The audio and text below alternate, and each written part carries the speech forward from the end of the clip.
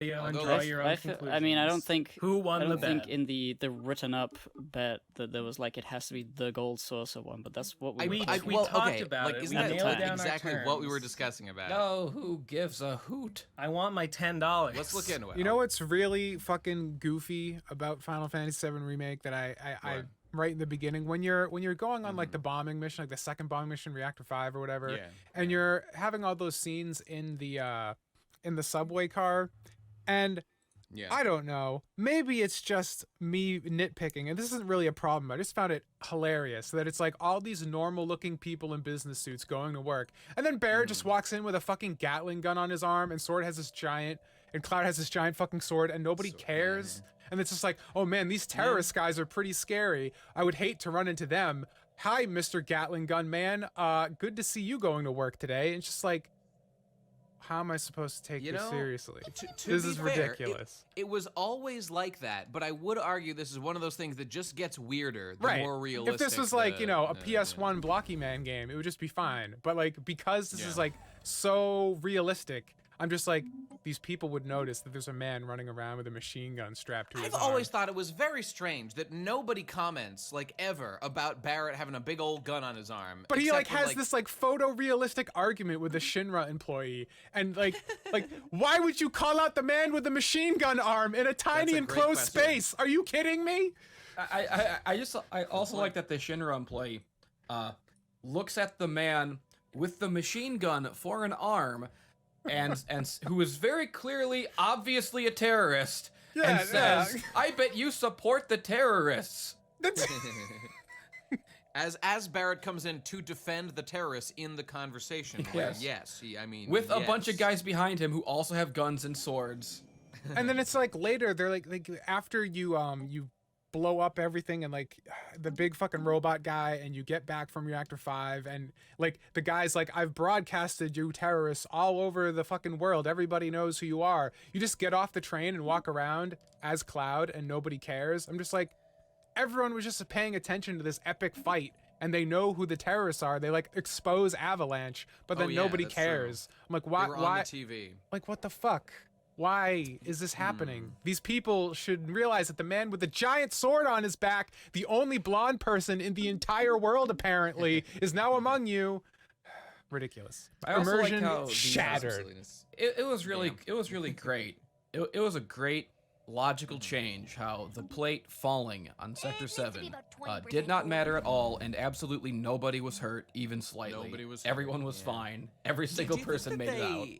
Were there people on the top of the plate who lived there? You know, the above grounders who maybe like fell onto them, and all the bourgeois died. You know, that's a good question. That would have also been a good question in the original game, and is something that we could have seen expanded upon here. And some, I always wondered because they said so many times we're going to expand Midgar. We're going to add things that maybe should have been there the first time. So like hunting rats. Rescuing a little girl's cats. Are you fucking kidding me? So one has to think, okay, gee, what are the ways in which you could expand a game that takes place in a massive 8-sector city of which we only previously saw sectors 5, 6, and 7? I don't know. No. Maybe show me the other sectors of the city. No. Maybe let me explore. So much work. No. Let's just stretch out the areas you've already seen to ridiculous proportions and just destroy the game's pacing completely and make every scene take 50 hours longer. That makes a lot more sense. I've been trying to absorb a lot of the people's reception, and I think a lot of people just love that, like, I mean, I don't know, man. I'm trying to give people the benefit of the doubt here, but a lot of people seem to be, like, totally fine with just getting, like, the same scenes, but now there's, like, more dialogue and, like, more expression, and, like, oh, Eris looks prettier now while she's saying, similar things to before, and then the time Jannies show up and carry you out of the room. The more I think about it, just, like, the more it totally blows my mind and baffles me that they made the entire game Midgar and did not let me explore all of Midgar. What was the last 20 years for, if not for that? We get the one extra area, the above ground place of where Jesse's parents live. That's one. I believe that is the one and only actual new area that we explore to any degree. And hey, What is not bad. All right, I forget. Not What is bad. the difference between the sectors that we explore in the original Final Fantasy VII? Is there Well, like Sector a 5 is where Wall Market is, so 6 that's is where got that Walmart going on. is. 5 is Aeris' yeah, house. okay. And That's right, 7 that's is Tifa's bar. I just wonder like what that's all we know. the other sectors would be like if you did go Yeah, to them. I've wondered that my whole life. Would it just be the same sort of stuff, or Yeah. What you Who guys knows? don't realize never is that know. Final Fantasy VII Remake Part 2 is going to be all the rest of Midgar. And it's just going But to be we more left fetch Midgar, quests. and we never go back No, it's until way later. Not now. Now it's going to be totally different. It's gonna be it's going to be Midgar 2. remake. Yeah. I will happily plant my flag though. That like, yeah, I understand, Jesse. I've felt very similar for a long time. However, I long since have thought that like, even if we did explore that Square Enix would not fill those areas Oh, yeah, with of anything course. good or satisfying. So that's been my issue. So I just had no hope. Another for, thing since about this game recently. that is incredibly silly is that it's trying to like set up these tense moments, but then it seems to want to add gameplay that undermines those moments, and I find it very funny. Like the Like you rescue Aerith. I'm gonna keep saying Aerith because I'm playing this I game, forgive but you. forgive me for my sins. But and you fight the Turk guy, and like the guy who's like you have to learn how to use the counter and stuff to beat him. Yes. And yes, all the Reno. fucking crazy ghost men are in the house, and you're trying to escape. Like they're chasing you. Epic. And it gets to a point where like you have to knock down a chandelier or something to like distract Yeah, them yeah. and like get Eris out of there. And it's like supposed to be this tense scene of like making this one like distracting move so you can both get out of there, and they start shooting at you as you're supposed to get away, but instead of just making it a cutscene, you have to like slowly grapple on the ceiling, and you're just getting shot with bullets and they're doing like 2 points of damage. I'm Yeah. like, so I could just sit here for like 40 minutes and take like a tenth of my actual HP and damage, and they just won't move from this one spot. Tension deflated. And it's just like, why do it like that? Just have it be a cutscene. There's so many get us out of there. things like that. Like, at a certain point, you get like melee weapons for Barrett, and one of them is just like a big stupid them in the steel trash, ball. bro. Yeah, I know. But like, in the cutscenes, you still have Barrett like threatening people with a gun. Like, I'm going I to saw shoot that. you with this big stupid steel ball that does nothing. Oh, I liked his big like scissor hand one. He would point. Ooh, he's gonna cut you. He's Barrett. He's gonna. Yeah, I've also always thought it was. I mean, I appreciate that Barrett has some like melee weapons because it's always been weird that like the biggest hulkinest roided out boy Right. is like gun But they're man. terrible Doesn't to use. hit They're you. so slow. Yeah, And they're like awful. the He's fun slowest of Barrett is shooting. Yep. but- Yep.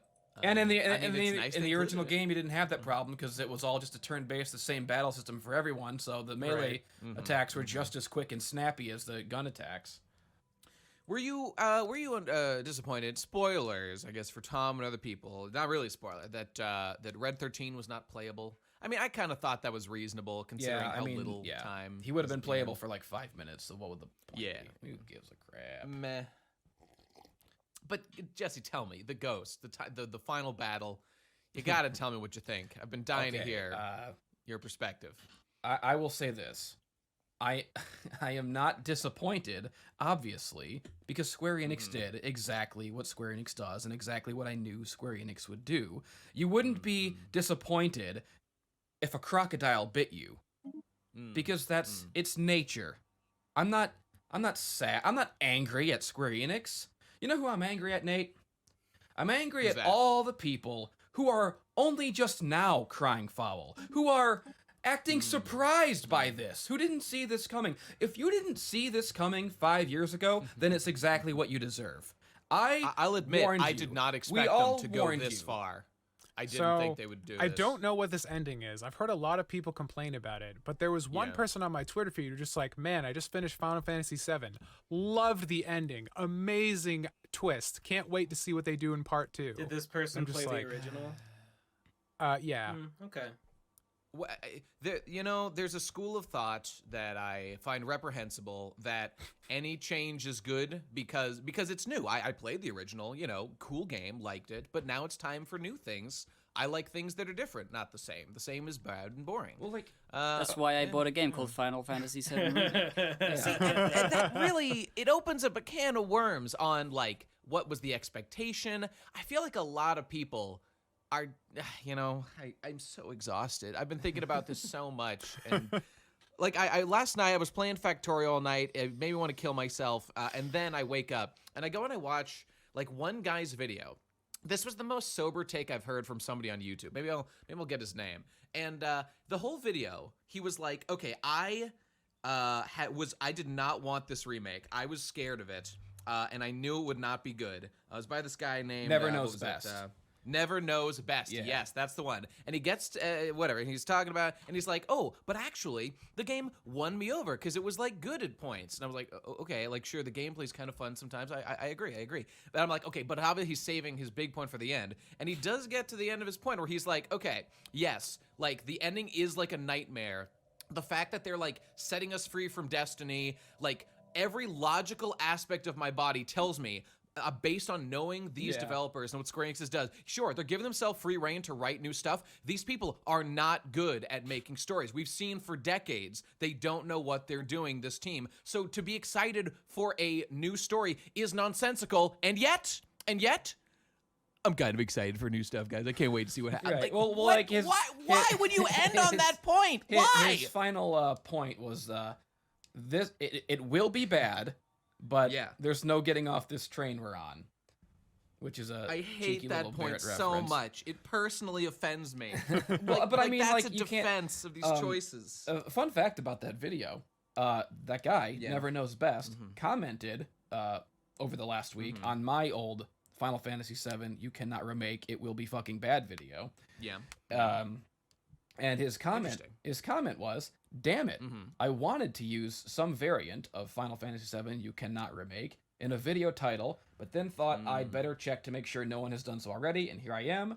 And 5 fucking years ago too, truly ahead of its time. Really great video. I loved it. 10 out of 10. Watched it twice." So that review, which I think is still the best review so far that I've seen of the game from anyone, it was originally going to be called You Cannot Remake, but he checked out and saw that I already did that 5 years ago, which everyone should have checked and seen It's that I already making did the that. rounds. You know, I'm seeing, it's making the rounds, and I'm even seeing people like attributing it to people like, oh, how clever of Pat from Two Best Friends Play to have said that thing. I kind of said it 5 years ago. I kind of predicted all of this, and you didn't listen. I warned you all, and you didn't listen. And now that I'm right, as usual, every time that I'm vindicated and proven right, nobody cares. Nobody's going to acknowledge it. That's all I want. Just some acknowledgement from the world that I told you so. Just once. I've been getting a couple of comments on my video. Some saying, "Wow, bro, you sure were right," and others saying, "This is embarrassing. Bet you regret this one now." And truly, it is the duality of man. Now that I've seen all this, I can't deny that I had lots of fun playing through. I'm more of a grindy kind of guy, and this game was grindy as hell for the side missions, and I enjoyed zoning out and watching Star Trek Voyager while engaging in the gameplay loop, which is pretty fun. So I like all that stuff. But then the whole question reigns is this could have been Final Fantasy 16, this battle system with new stories, but the fact that it's a remake, the only thing that's relevant to that is the story. That's the most important thing. And in my humble opinion, I think some mistakes were made. So did you find this game to be, I don't know, do you like it? Is it good? Are you a fan? I'm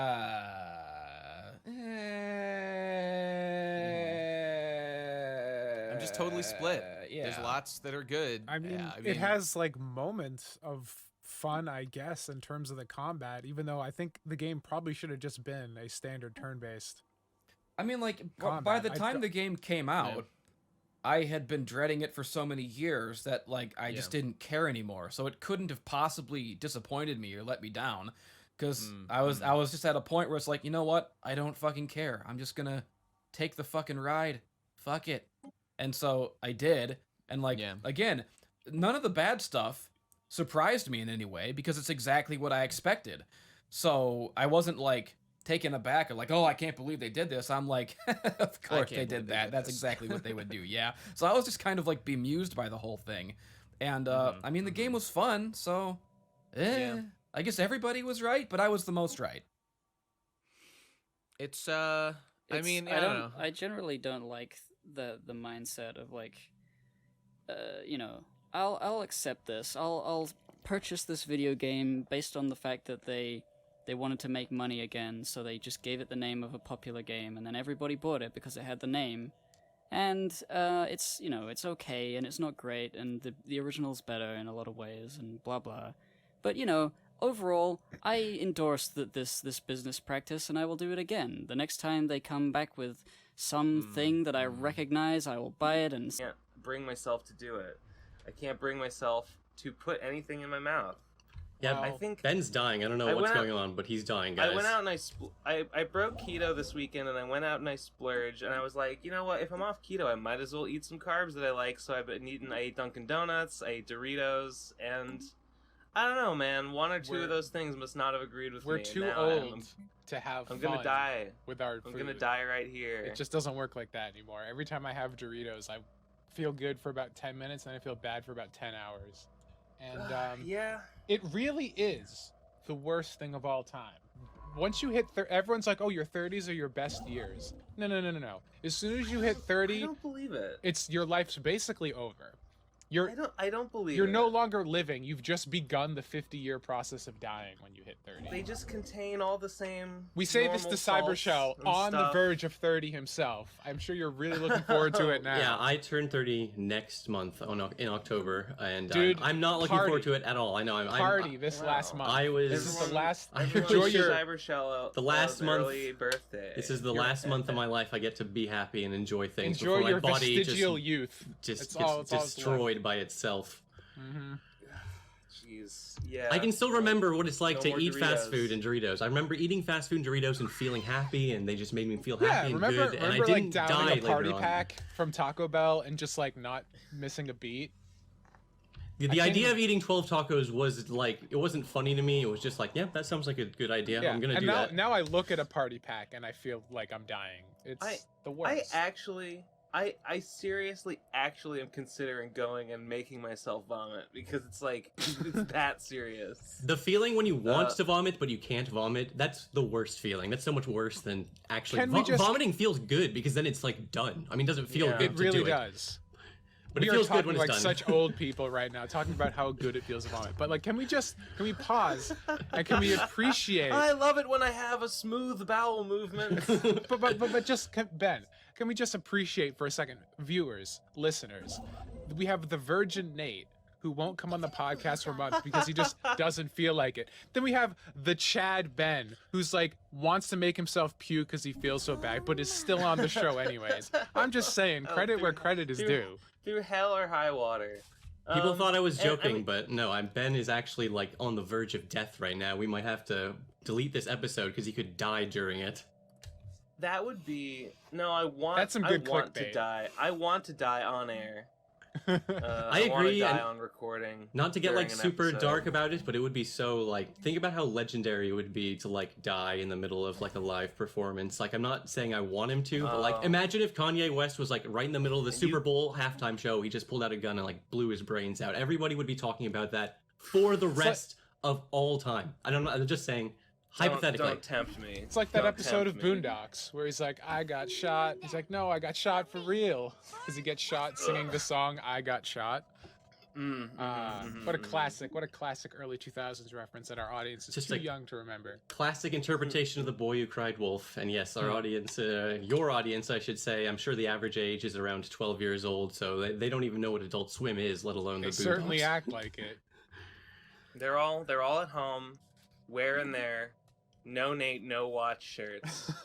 They're newly available. We got the No Nate No Watch and the No Nate Yes Watch. You gotta choose your team, choose your side, pick a side. How will history remember you? This is the time. This is when legends are made. They're up on the Teespring. I've been going crazy on Teespring lately. Every It's so week we got easy. new shirts. It's so easy Yeah, to it's- just make to a make t-shirt things and no then one say, will "Haha, ever buy. Haha, I actually did it. Dog, I got news. Somebody bought an I Have COVID shirt. Oh my god. Do you think they actually have COVID and that's why they bought it? No. I don't. That would No, I make don't too much think that's sense to true. actually do that. That wouldn't be memey enough to actually That's true. broadcast the fact you have COVID with an appropriate T-shirt. It's. It would be misunderstanding the purpose of the shirt. But I do think that if you're listening to the show and you do get COVID, you probably should buy the shirt. It would be pretty not epic of you to have COVID and be a PCP listener and not buy the shirt. It would be the And I ethically think- responsible thing to do to let your. I think it would be immediate doing your people part around for you. society too. Yeah. Yeah. Absolutely. It is wild though. It's the right. We live in an age where you can just go online and make a T-shirt. I mean, people in the Middle Ages, peasants, they all wanted their own customized, personalized T-shirts, but they couldn't have them. And people they just take it for granted nowadays. I think. Yeah. They wanted their, I have the bubonic plague shirt, but there was no way to make them back in the day. Now we can do that. They had to stitch their shirts together out of hay and papyrus or whatever they had back in the Middle Ages. God. They didn't have. They didn't have screen printing. They didn't have digital monsters. Oh yeah. They barely even knew about the concept of Speaking slime. which, did you? They didn't even heard of slime. They couldn't even process it in their little pea brains, and they certainly didn't know how to use text commands. They couldn't. Cyber, even how do you feel read. about Digimon? You mean digital monsters? I mean digital. I'm referring to the digital monsters. Yes. Digimon? Oh, I love Digimon. I always thought that childhood drama of Digimon is just a Pokemon ripoff, and then all the kids were like, no, you don't understand. Look at the Japanese False. release dates. It's not true. And then they're all. I mean, I can still vividly relive all of those arguments every time I hear the yeah. word Digimon. Have we talked on the show about getting the Digivices for a potential Radcon 5? We have, because that was from a voicemail. Okay, it was from a voicemail. Oh man, I just I watched. Did I already talk about? I went and I watched some YouTuber who is specifically a Digimon YouTuber. He does product reviews. Oh, of course. He's got 500 subs, but he puts out tons of videos. It's amazing. Dude, I love Oh, God, wait. I love those people who have 100 gotta- subs I and they gotta- put out videos every single day. Those guys are the backbone of YouTube. They really are. Yeah. I have more respect for them than I have someone who has millions of subscribers and makes garbage. They're doing it for the passion. I want to shout this guy out because he is in it. He's got banner art of himself with his favorite Digimon Fuck yeah. and stuff like that. Digimon. How would I find that specific guy?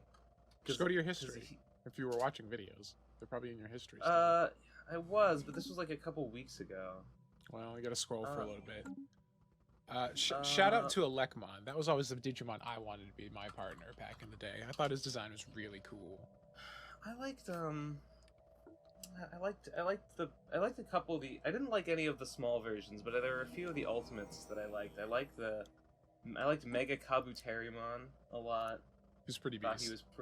I liked Lilymon. I thought was cool in a totally different way. Garudamon was maybe my favorite. I liked its beak. I don't know. Grunmon was pretty dope. Did you ever see Hercules Kabuterimon? The mega form that was never in the show? No. He's even bigger. He's all gold and he had big giant fucking horns. Super cool. I'm really bad at remembering their names, but I always love that big fucking cactus. I don't know why. I just Togemon. like cactuses. Yeah. Togemon was the shit. Yeah. Super cool. Yeah, absolute badass. Something about Digimon, it didn't viscerally frighten me as a kid, but the idea that a little weird blob could turn into this gigantic angel creature, it was so different from Pokemon, which was Charmeleon was a little slightly bigger, slightly different Charmander. You never knew what the fuck was gonna happen with Digimon. That shit was wild. It really was so much more creative than Pokemon, just in terms of whatever drugs they were on when they came up with the character designs were insane. Yo, the weirdest thing in the world is happening to me right now. I'm on YouTube, and when I go to YouTube, it goes to youtube.com/app_shell !purge_shell = 1, and then it just keeps refreshing itself over and over again. Your don't- YouTube is having a refresh loop. Yeah. That's I don't know what's peculiar. I don't know what's going on here. Okay. No, it's fine. No, it's fine. It's fine. I fixed it. I fixed it. I don't know. That was very scary. That was very scary. I don't like when my computer does things I don't understand. I'm still looking for this guy because he has like I was so charmed by his tiny little channel. You can always tell when like it's a YouTuber that's just doing it for the love of the game. You know, they really aren't doing it for fame. You know, you can really tell there's people that just like they wouldn't care if no one watched it. Or well, I guess they would probably want someone to watch their videos, but they don't need like 1 million subs. They're happy with like 100 views. You know, They're either I found it. super. His name is Digital Dream, and he has 2.6k subs. Oh, okay. So not quite as few as I. That's still some hustle. That's some hustle right there. You got that's when you know someone's either like super passionate or super autistic, and that they just keep going. He seems perfectly like normal in his videos. Not to be what's the word? Neurotypical centric or anything, but he seems like a perfectly reasonable fellow who just he's got his room full of Digimon toys and Digimon posters and stuff, Dude. and like every fucking couple days he puts in a new video reviewing a new If he has a room for Digimon product, stuff, which I'm shocked are even still coming out. well, the thing is, like, a lot of those old Digimon things are worth stupid money at this point because they're so hard to find now. So if he has a room full of stuff, that's probably worth like thousands and thousands of dollars. Oh my god, he got a 2 weeks ago. He got a new tattoo. He got a new Digimon tattoo. oh my god, yes, Who? that's based as fuck. It's do you want to guess? Oh god, I have no context for this guy, so I have no idea. There's so many choices. Yeah, how would you even know? It's Greymon. Fuck yeah, the classic. I think his favorite is the Greymon one. I mean, that's like if you started watching with the original series, you gotta love Agumon. I wish I could clown on this guy, but it's actually not that bad of a tattoo. It's pretty cool. Yeah, it's fine. It could be the worst. It's just so tattoo of wild all to me time. that like If you're- I was gonna say for a Digimon tattoo. I mean, I don't know how much of a pussy magnet that's gonna be. He's We'll got a little see. intro drawing of him and Guilmon. Fuck yeah. He filmed it. He filmed him doing it. Yeah. Is Oh. Guilmon the red one It's the one in his icon. from image. series It's like- 2? From series 3. Oh, okay. Whatever. Yeah. That was such a cool fucking concept for a show. Man, season 3 of Digimon guess- was so good. I don't know, I think Unironically I think incredible. I stopped watching it when they changed the main cast. No, well, they change the main cast like every season, but like season 3 was so cool because like they phrased the concept of the show was that like the characters existed in our reality where Digimon was a show and a card game and stuff. But then like it Oh. was still real. That's pretty meta for a show back then. I gotta say, you see that kind of thing nowadays. But I'm for a pretty show sure back one of the then, that's people pretty who was good. involved in Evangelion wrote the show because the show gets super dark and fucked up and weird and insane and like Digimon straight up like die. Like one of the characters, like partner Digimon, just dies. It's fucking sick. It's a That's 10 what out of 10. I wanted. That's what I wanted season 2 to be. but, Watch like, Tamers. Tamers is so good. I love it. And like they change the evolution animations from like just like you know how in the old ones just kind of spin around and then get bigger. Yeah. In this one, like they turn into like wireframes and their skin gets ripped off as they like slowly like change. Whoa. It's like an Animorphs morphing sort of Whoa. thing. It's so fucking based. Nothing's Tamers is the Nothing's shit. as fucked up as the Animorphs transformations. This is as close as you can get on Fox Kids in 2002 or whenever the fuck this came out. Yeah. It was super cool, super good. Tamers is a classic. It's a legend. It's amazing.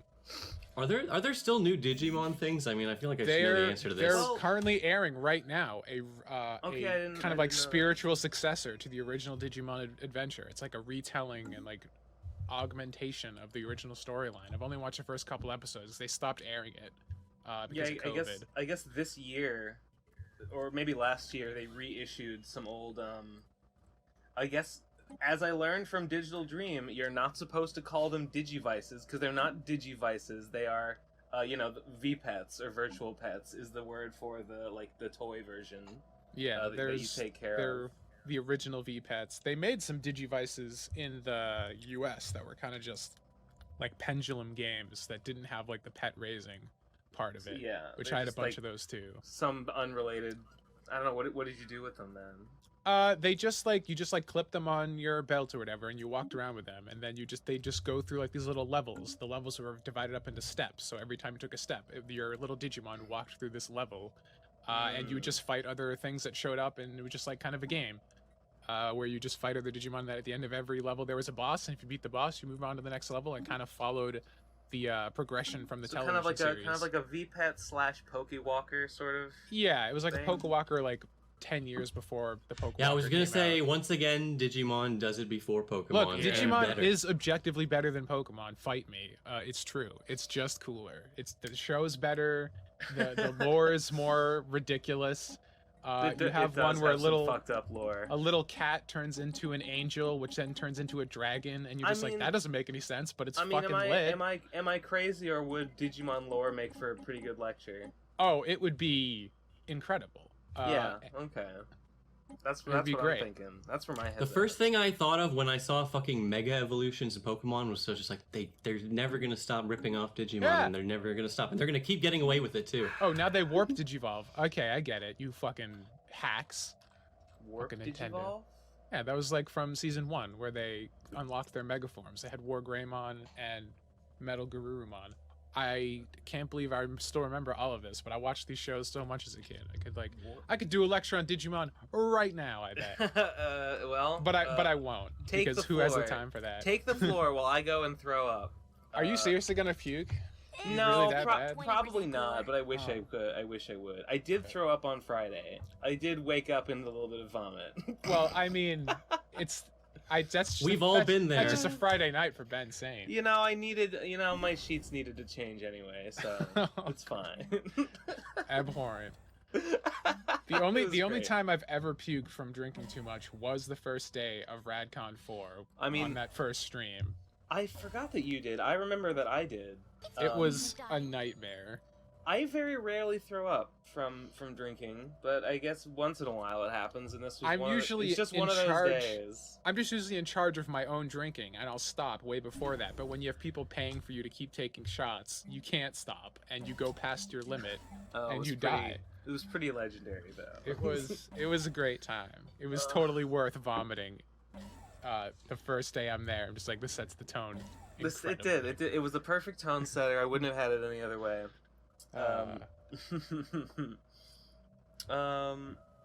Speaking of lectures, it's not the same, but Cyber Shell. I had not really seen your channel before, but someone told us.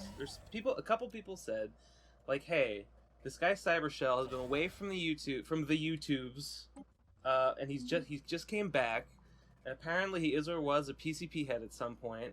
And I was hearing about it because people were saying, Ben, he mentioned your Tails Gets Trolled lecture in a video, a Tails Gets Trolled video. And I saw a bump. Indeed, I did. I saw a bump in views. I probably made about like $80 or $90 just in ad revenue from the fact that you mentioned my videos. I saw a bump in views and ad revenue for a while. I might still be in it. I haven't checked in a little while. So that was pretty cool. I'm very glad you approve of that, because I was really this close to just cutting that part out because I felt bad because I basically told people, don't watch the video. I said, read the comic, don't go listen to the lecture, even though it's ostensibly aimed at people who don't know anything about Tails Gets Trolled. But I do think it is a very good video. I just, I'm not I don't hate spoilers. You could watch the lecture and then read it, and it would still be fun. But that I still felt compelled I should also mention the Sonichu lecture, which is the opposite, which I do think is you should watch the lecture and then read it, because it's too much to just try and read it. I agree with what you were saying. Yeah, it's the lecture is just like fully spoilers for Tails Gets Trolled. And like the Sonichu, it's like, yeah, you need that extra context. Tails Gets Trolled, it's you should probably just read it yourself first, because it's not even that long. As someone who was in the audience for the fucking Tails Gets Trolled lecture, I think even in the video you can tell I go from like casually dismissing this idea to becoming incredibly invested by like the halfway point in the fucking narrative of Tails Gets Trolled and how it's just actually from the cool. plot summary, just from the order of events, you can tell it's going to be a good story. But I mean, there is something to say about Laserbot's presentation of the whole thing. But I really enjoyed watching the lecture because I love seeing people's reaction to Tails Gets Trolled, and I love showing it to people. So it was a real treat seeing like a live reaction to just every absurd plot point in that entire thing. I had not seen the new pages. I think you showed some of them in your video. And yeah, see, that was another reason I wanted to make the video, which is, again, I do like your lecture, but when you did the lecture, it was in full-on hiatus mode, and then it's back up again with new pages, but I don't know how many people, like, how do people know, like, how are people, who's gonna know about, who's gonna know to check that, you know what I mean? I heard that it had started coming out again. I can't believe it's like drawn by someone else, but it's canon. It's so weird. Yeah, it is okay. So it's so jarring, like especially if you're just reading it, like you're not even expecting that. It's so jarring the change in art styles, but like it's one of those things where it's really cool because it's just for a fight scene. Like it's legitimately great art. It's just so different from Laserbot's aesthetic that it's strange. But good news is that Laserbot is going to come back and start drawing again, and then it's going to be like he does everything that's not a super complicated fight scene, and then he's got the guys to do the fight scenes, the chapter 23 team. Did you talk to Laserbot at all? I have not talked to Laserbot. I've talked to the talesgetstrolled.org admin and some of the other people in that like area. I haven't actually. I know he commented on your video, which I thought was really cool, and that made me interested in doing it too. He did, and I talked to him on Facebook a little bit, and I was listening as you were talking about like, okay, I had not heard about like the Polished. I had never even heard of Polished. Like, that's so fucking funny that he thought that was a good idea. It's such a strange story that he's like, I'm gonna go back and do this whole... I'm just gonna add shading. Everyone was begging him, like, stop, please. Like, every time you put out a new page, people were like, oh, cool, but maybe you should not do this for this reason, and this reason, and this reason. And he was like, it wasn't like he, like, read it and was like, oh, I see what you're saying. He was just like, no. Yeah. No, you're wrong completely. That's so funny. So I had not heard of that, but when I talked to him, he told me that the thing that he was going to do instead of finishing Tails Gets Trolled was to remake an old like YouTube web series that he and his brother made called Micah Rat. Have you seen that? Yeah, that was his. I don't know the lore of Micah Rat. I just know that was his like avatar and his username on DeviantArt for a while. Rat, and Micah Rat does not need a remake. Micah Rat the little I've seen seems like a very strange little. At least seems like it is what it is. Like it's a little YouTube thing, and it should stay as a little YouTube thing. I'm pretty sure that Micah Rat is just like him and his brother and their friend, like just ad-libbing into a microphone, like just fucking around with no plan at all. And then they just like went and like drew these like funny pictures of like rats and dinosaurs over it. Can you imagine being invested in something where it's just you and your friends talking into a microphone with no plan at all? Okay. All right, Burn.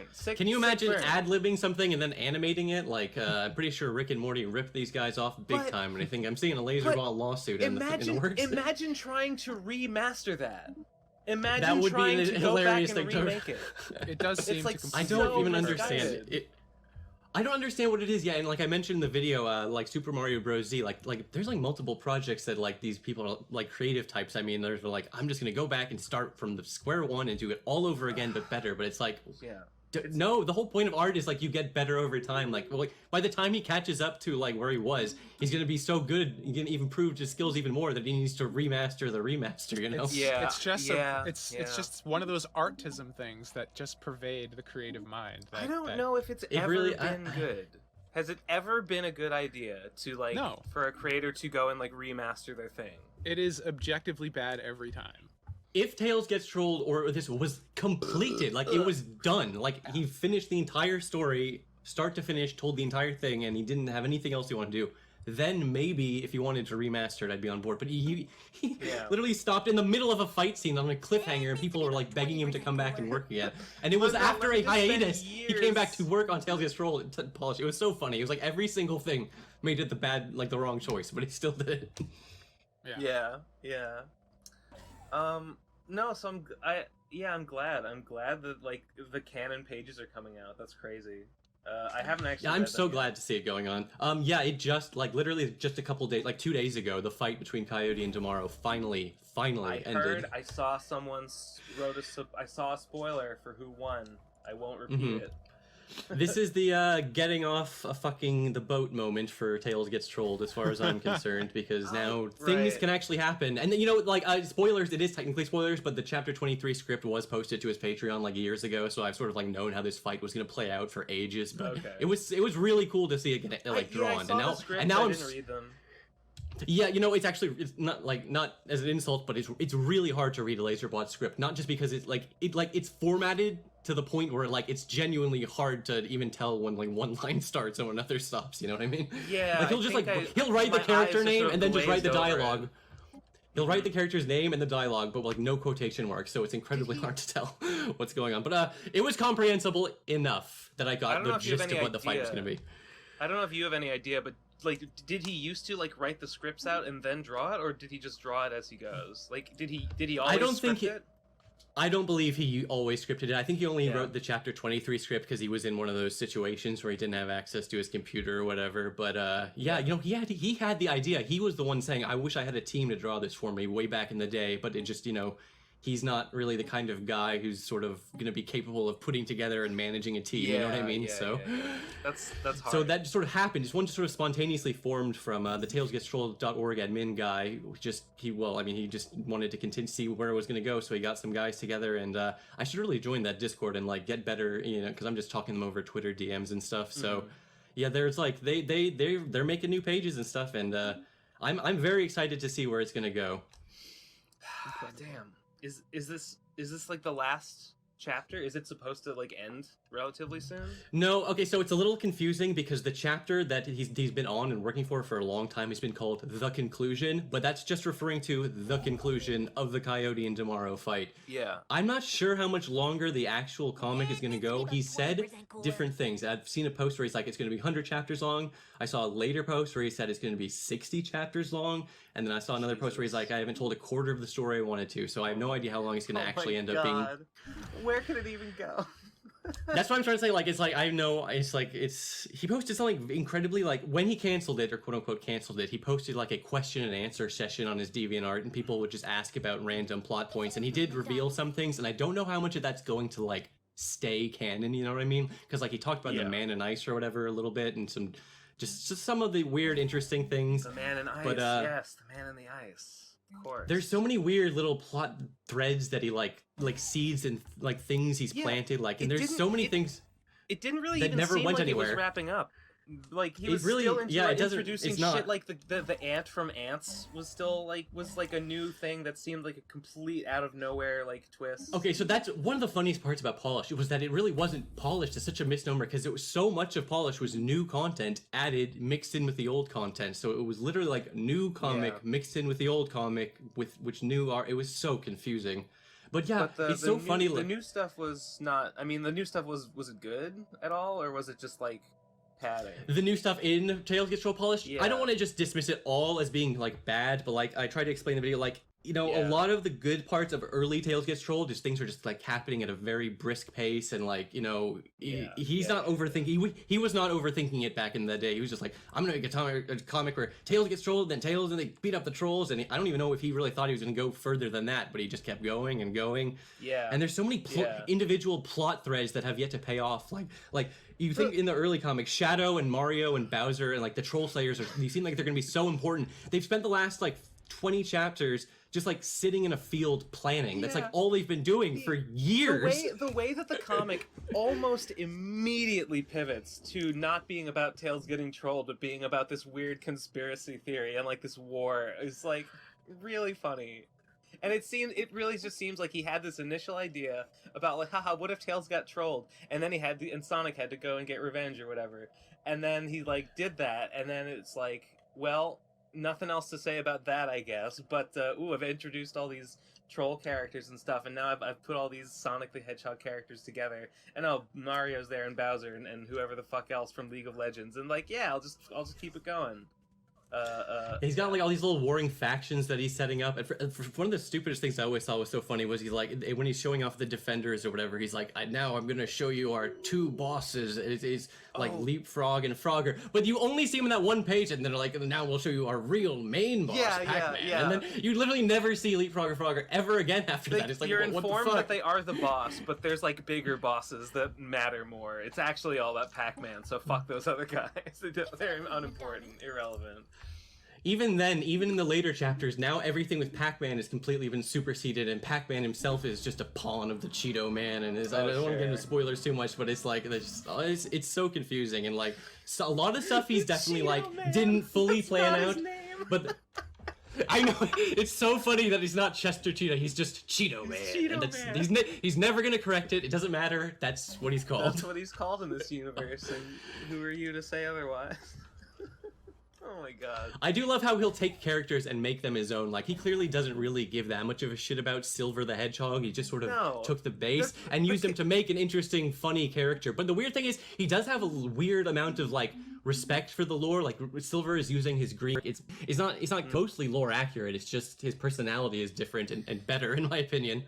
I mean, yeah, I don't know. I mean, I don't know shit about Sonic, so I don't know what Silver's actually supposed to be like.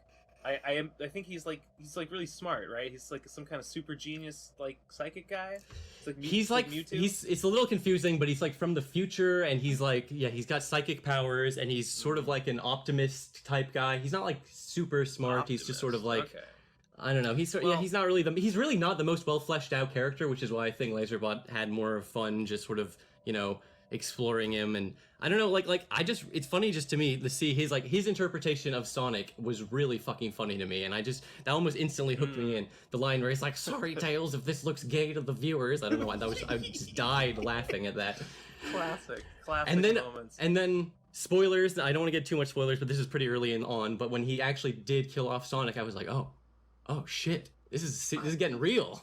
I feel, I can't believe I forgot to mention it in the lecture. I just skipped If that I had part. one tiny little complaint, though, my one and only tiny complaint with your lecture is you glossed over that. But the fact that you could gloss over it, the fact that you even could forget that plot point is hilarious to me, because it really does It's funny. It doesn't really matter, and it's like there's a point where he clearly wanted everyone to be on the same page, but then he never had Tails found out. So Tails finds out because Pac-Man tells him he can do the soul bond with Sonic, who's dead, and then Tails like, but Sonic isn't dead, and Pac is like, oh shit, nobody told you, Waka Waka. Oh shit, sorry about that. He was cursed to say Waka from his childhood trauma. Yes, the elaborate backstory for Pac-Man was so strange and funny. He'll throw characters in there, and it's like he'll just kind of. It almost seems like he's picking at random. Like when he needs a new character, like Pac-Man. It is really, really strange the mix. Like you wouldn't expect Teemo and fucking Bugs Bunny to be on the same team. Like he's not Pac-Man. Like Chester Cheeto or Cheeto Man is not Cheeto Man because this character has this cool guy attitude like Chester Cheetah. I mean, he gives him a couple lines or something that sort of imply that he's a cool laid back dude. But at the end of the day, this is just like an Obi-Wan type guy, and it could have been anyone, and if it had been I don't know, if it had been Agumon or whatever, it would be the exact same character, and just maybe he would make some jokes about fire breath instead of Cheetos, and that would be the different thing. I don't know. It is funny to think it is almost completely random the characters he'll pick. Like he could have just done this. He could have made this entire comic with just completely original characters. It could have been called Laserbot Gets Trolled or just some original character. Because it's really funny because it really just seems like he got trolled and then he was pissed off and he wanted to vent and blow off some steam. So he wrote a little story about killing trolls. But then he himself has gone on record saying, "Oh no, that's not what happened. I didn't get trolled. I based this story off of my friend who got trolled." A likely story. It's oh fuck, I was gonna say something about it's really funny the juxtaposition between the his original characters and the people like Pac-Man and Frogger and all these goofy children's cartoon characters juxtaposed against like all these like weirdly over-designed kind of like emo edgy anime people that all have like It is really funny. Yeah, he has like he has his original characters that he wants to be cool, like Demaro and like and Alex, who's got the hair and he smokes a cigarette. Yeah. But he's also capable of making original characters like Rob, the guy with no ears, who's just perfect in every way. yeah. Rob's not like Rob's meant to be funny, but then he like I think he's supposed to be cool later on. Like he It's so turns out to be strange like one because- of the most powerful yeah. fighters.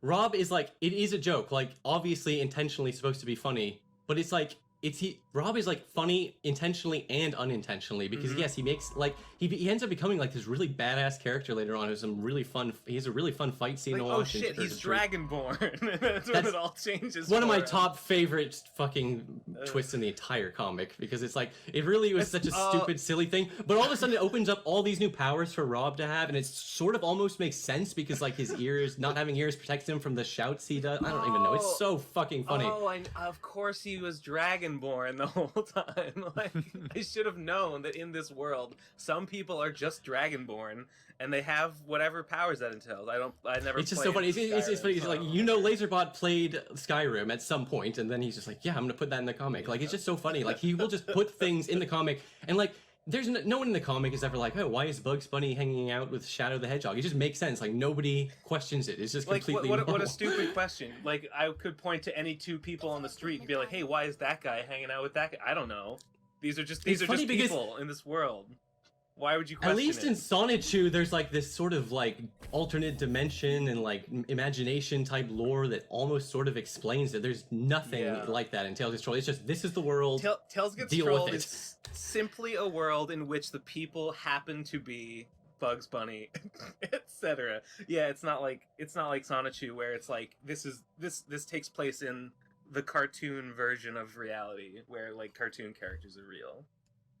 The realm of pure imagination. C197. Exactly. There are reasons for the things that happen in Sonichu with regards to fictional characters, and then like they're aware that they're fictional, and or at least from our perspective. Whereas Tales Gets Trolled, it's like again you pretty much could have made that comic with completely original characters. You just would have had to have changed a few powers here and there, but it's just so funny to me the way he'll just randomly it wouldn't be the same. It wouldn't. Wait, that's the thing. No one would have ever discovered it. No one would have cared about it because it's the beauty of seeing this character, these like warped, like entertaining versions of them. It's Wile E. Coyote like pulling off this like master anime villain plan. is the charm. Honestly, the story of any of the 5 people getting neutral powers and becoming master necromancers but learning how to hide in the shadows and control their emotions is an interesting story, but the fact it's Elmer Fudd and fucking Tom Sylvester and Porky Pig, that makes it like god tier. It's a beautiful juxtaposition. The neutrals are I think I remember Digi during the lecture says like this is just like cool. This is just like cool anime story powers, and it's like the neutrals are actually kind of a cool like world element in it, and it's like oh wow, good job Laserbot, you did it. You had a so good weird idea when and you put it in your thing. You start reading the comic, everyone starts reading the comic like as a joke to like be like, what's this? This looks kind of stupid and funny. But like if you keep reading it, if you actually stick with it, at some point you're gonna get hit with a cool idea that you weren't ready to be hit with like an actually unironic cool thing. So you're gonna be blindsided by it, and it's gonna like hit you like as if you were a kid experiencing a cool thing for the first time. Like what? You'll see fucking Demaro like pull out his third eye and put you in like his mind dungeon or whatever, and it actually looks kind of cool, and you're like, oh shit. Fuck. Well, here we are. It happened, and now it is interesting. Although, it is interesting to think also that we are experiencing it, or at least people who are getting into it now, rather, are experiencing it differently than the people who were there at the start. Because he used to put out, on a page-by-page basis. Imagine if your favorite manga, like Berserk or whatever, was published on a page-by-page basis. You know what I mean? That would feel absolutely torturous. Like it would feel like everything happens at beyond a snail's pace. So people got so pissed off at him when he stopped focusing on Tails and he just wanted to have a cool fight between 2 of his original characters. And now when people go back, they're like this is a cool, good, fun fight scene. But at the time, people were so pissed off. They're like a month straight. Like what happened to Timo or whatever.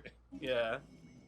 there were a ton of people that weren't on board with the idea of even attempting to like enjoy it unironically, and they just were like, I want to laugh at the silliness of the Tails parts, please, and that's it. But I was glad that Laserbot was like, I don't give a fuck, I'm just gonna do whatever the fuck I want to do. I mean, it's exactly the same as like the Berserk reference we were talking about before, like the whole boat, getting off the boat thing. Like, you read that now, it's not nearly as bad as it is when you think about, like, for years people were waiting for that to end. But you can blow through it in like less than an afternoon now if you're just catching up to get to where it is currently. Like, the distribution matters so much in how these stories kind of like flow. I mean, some of the original character fights are kind of lame. Like, I think, I don't know. I think when Rob fights the lightning guy, I was kind of like, whatever. But that Okay, was, so like, yeah, short. I will admit, like, that one doesn't even take very long. Yeah, it's short. There's a lot of like new powers in that fight, and there's always a risk. Like, it's always more fun to see characters who have like pre-established powers that you sort of like understand going up against each other. Whereas the yellow electric guy strikes me as a completely pointless like inclusion. Who gets like an unwarranted amount of screen time relative to like what he actually means to the story, which, as far as I can tell, is nothing. I believe his name is Hindo, which is a strange name, but I'm not 100% sure. And yeah, it's like, it is funny. They sort of set him up as, you know, like he's going to be Rob's rival, and he has this moment where he steals Elmer through the power lines. He just starts showing up in all these Troll King scenes. I have much less investment in him compared to way more of these other characters like Troll King, Cheeto Man, like Demaro. There's so many good like antagonists that he has waiting in the wings, and there's like interesting things like Troll King and Cheeto Man are on their own separate factions, and they're gonna have their own things, presumably, if they ever interact with each other. And you know, there's all the entire Words of Death plotline, and even then, Alex, the the troll with a little bit of red hair, he's like secretly plotting against the Troll King. So, like I said, there's so many different plot threads that when you're not getting that comic coming out at a regular pace, it's like it can feel a little, you know, painful when it's like you just want to see something happen with a character that you haven't seen in like 10 years. Yeah, I don't know. It's exciting that it's coming out again. I should. I imagine there's not that much new stuff out yet. I don't know. Do you think it's too early to go and check it out and like get caught up? Should I let some more accumulate? Now that the chapter 23 fight scene is done, I'd say it's worth reading that thing in like one sitting. I would say. Yeah, but yeah, you know, I want to see that. I'm like on board. I get it. Like I love like binge reading through a whole long like manga or something. Like having to come up with weekly updates just is like, ugh, it's so slow. It's like but I do want to support the comic is the thing, and you know, the only way you can't we're not gonna be able to wait for the volume sales on this one. We're gonna have to support him as it's coming out. So how cool would it be to own physical copies? I hope you like. Dude, I've thought about this. I've literally spent hours thinking about this, but it's so strange because the pages are different sizes, and there's all these weird little things you'd have to consider. Like, there's a lot you have to consider. I'm giving up on it. One day I would love to own a fucking huge hardback. I'm sure it could. It could be done, yeah. And it would be a fucking mess. But I mean, this is Tails Gets Trolled we're talking about, so like it would be okay. I would just have to take the time to design and lay out a nice, solid hardback copy. And again, I'm not sure how much like when am I gonna wait for him to finish, but then it's like I'll do a volume 1 that's like everything up to this point at least, and that I would love to have that on my fucking shelf. That would be awesome. Yeah. Oh man. Laserbot, you dog, you devil, you've done it again. It's so easy to just be like, oh look, it's just some silly MS Paint drawn with a mouse fan fiction comic. Look how lame that is, but it's actually like the coolest thing ever. It's like, I don't know. That's what's so good about it. That's what's so good about it is how low it sets your expectations. I've just been obsessing over this idea of how like cool it is to actually make a thing. Like it was, I'm a big fan of all the PCP lectures I've seen, but I haven't seen all of them, and there's some I'm waiting to see. Like I haven't read One Piece yet, so I'm not going to watch that one for a while. But I just recently watched Kokoro Wish, and I was thinking like, God damn, I just came into this to laugh at some fucking autism comics, and this is actually cool as hell. What the fuck? God. That was a mind fuck. Oh yeah, that one's weird. I feel like Jennifer is a bit of a legitimate lol cow, but like it doesn't really come through, and I don't talk about it that much in that lecture because I'm talking about the comics, and the comics are not as bad as people say they are. So Adam, that lecture could have been a lot different if I had focused more on JDR's I think he shenanigans. put- Oh yeah, I absolutely her- believe that that could have been a completely different one, that you could only passingly mention some of the lore elements, but it was way more interesting to me just to hear about these just ridiculously complicated and convoluted and like connected comics that spawned from this canceled game from I've heard 1986. enough possibly. lolcow stories, but I've never heard anything about like the concepts in those comics. That was a much more interesting part. When I learned about fuck, what was that? I don't even remember what the game was called. Multiverse. When I learned about Multiverse, I was like, it snapped into place, and I was like, oh my god, this multiverse idea is like present in all, like this is like clearly the foundational idea upon which all these other stories that she wrote is based. Like, there's a narrative through line here. I found it. I found the thread. I can pull on it until the sweater unravels. Amazing. It was very exciting. I thought it was a really cool little linchpin to keep like tie everything together. You know what I mean? Because I don't know. It was a very. I thought it wrapped it up in a nice. It was a very little bow. interesting story, just the way, like, you know, you have all she clearly had so many like ideas, and I always like that, like, I just people that get so bizarrely, insanely into the nitty gritty details of the world building to the point where they're talking about the fucking physics. I don't know why I like that shit. It's just like such a obsessive like compulsion to justify everything that happens that like most works of fiction don't bother to do, because like that kind of detail, for the most part, it's beyond the scope of any story that you'd want to tell, because most stories are character centric. So to just like go out of your way to not only conceptualize those details but make the story revolve around them is so atypical that it's like fascinating, because it's so fresh and interesting, even if like the context of it is like kind of rudimentary in terms of its execution. Just the ideas are fascinating. Good news though. Jennifer was online on FimFiction. Oh my god. Only 8 hours ago. So she is not gone anywhere. She's still active. She is still writing. Oh! She just posted. She posted a new a conversion bureau story. I'm genuinely glad she's still out there and creating, but like you sort of said, I've zero interested in reading MLP fan fiction. I'm sad. I'm sad that it's MLP stuff. I don't want to read MLP stuff unless,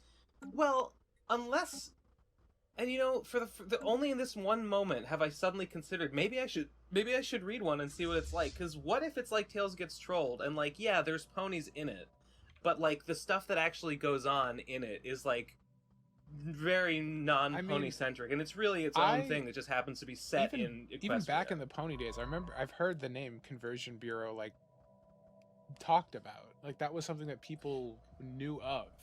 I never heard about it back in the day, but she didn't make the Conversion Bureau. She just writes within it. I mean, for all I know, she could be writing in the Conversion Bureau universe, and her stories might not even have that much to do with the Conversion There's so Bureau. many layers. You might be so right. Many layers. And it might be like good MLP fan fiction type story, but like the mere fact that she's writing within another universe makes it less interesting to me, because I like that she created not only her own physics, but she would like conceptualize the entire universe start to finish. I don't know why, that's just so funny to me. She seems like the kind of creator that the limitations of fan fiction would be just another obstacle to overcome, and she'd find a way to do it, you know? I absolutely believe it could be like actually really entertaining, but it is just the fact that it's MLP fan fiction is a little bit of high bar for me, at least, to get over. I agree completely, but it's just like, you never know. You know, I mean, it's like we were just saying, Tails Gets Trolled. Tails Gets Trolled sets you up with low expectations, and maybe that's the same for me with these pony stories. Maybe that's just the hurdle I need to get over. Giving chapter 1 a shot would not be a huge ask in terms of time, so. Oh, she's making posts. She's making posts about Trump.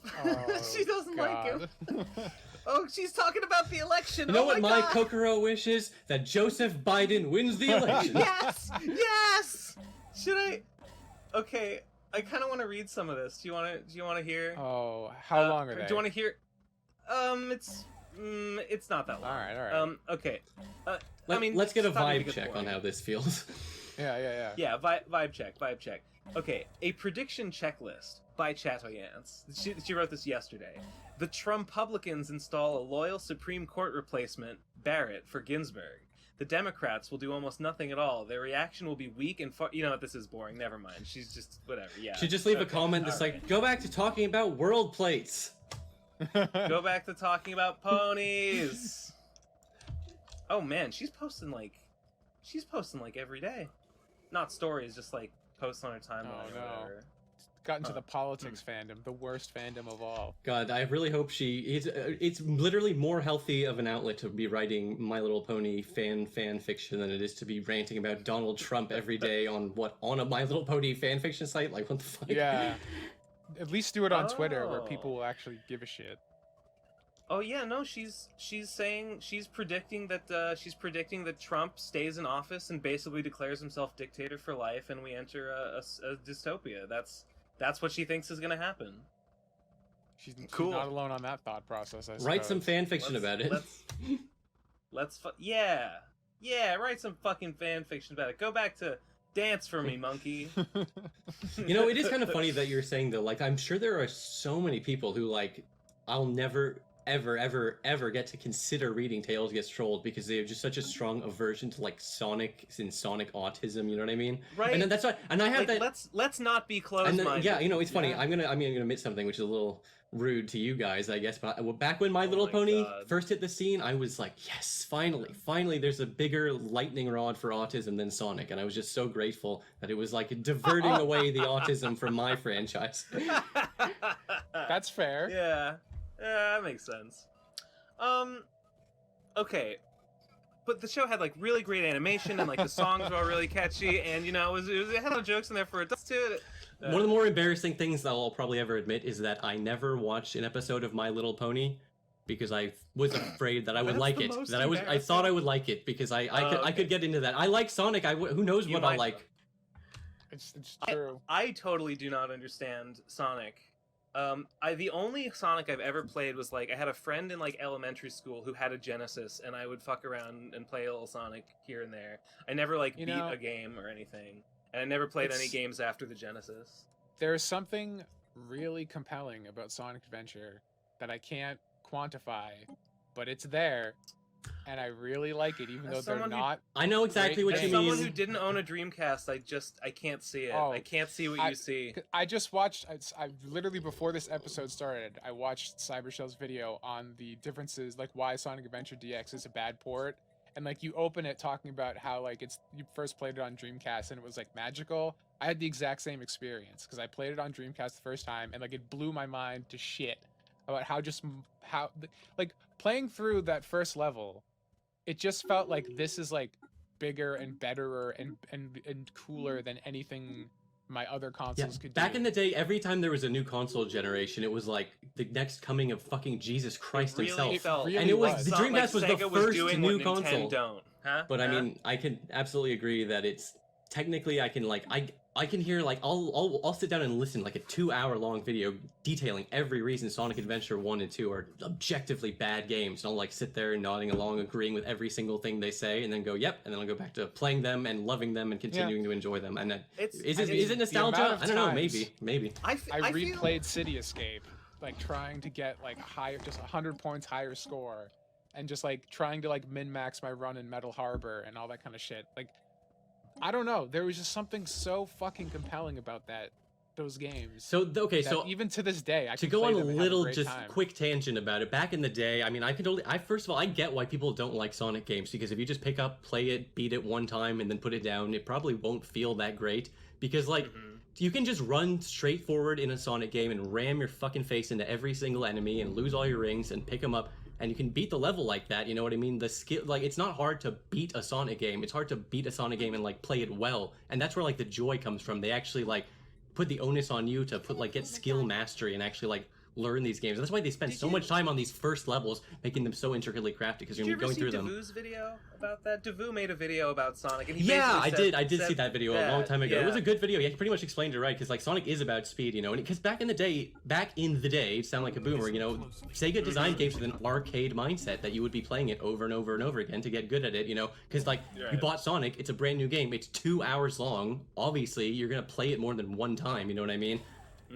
But I feel like, and again, not to get too boomery, but like Zoomers will pick up a game, play it one time, and be like, "Yep, that sucked." And then you don't have. I don't expect everyone who wants to get into Sonic to have to sit down and play through the same game like 20. Because I didn't have a lot of games, but I liked to play Sonic over and over, so I just naturally, without having to think about it, mastered these skills by playing them over and over and over again. So it's like, I forget who said this, but it's like a Sonic level is like a skate park, you know what I mean? Like you can have fun there, you just have to put in the effort to get a little bit good, you know what I mean? Like when you first start skateboarding, you're not gonna have fun, you know what I mean?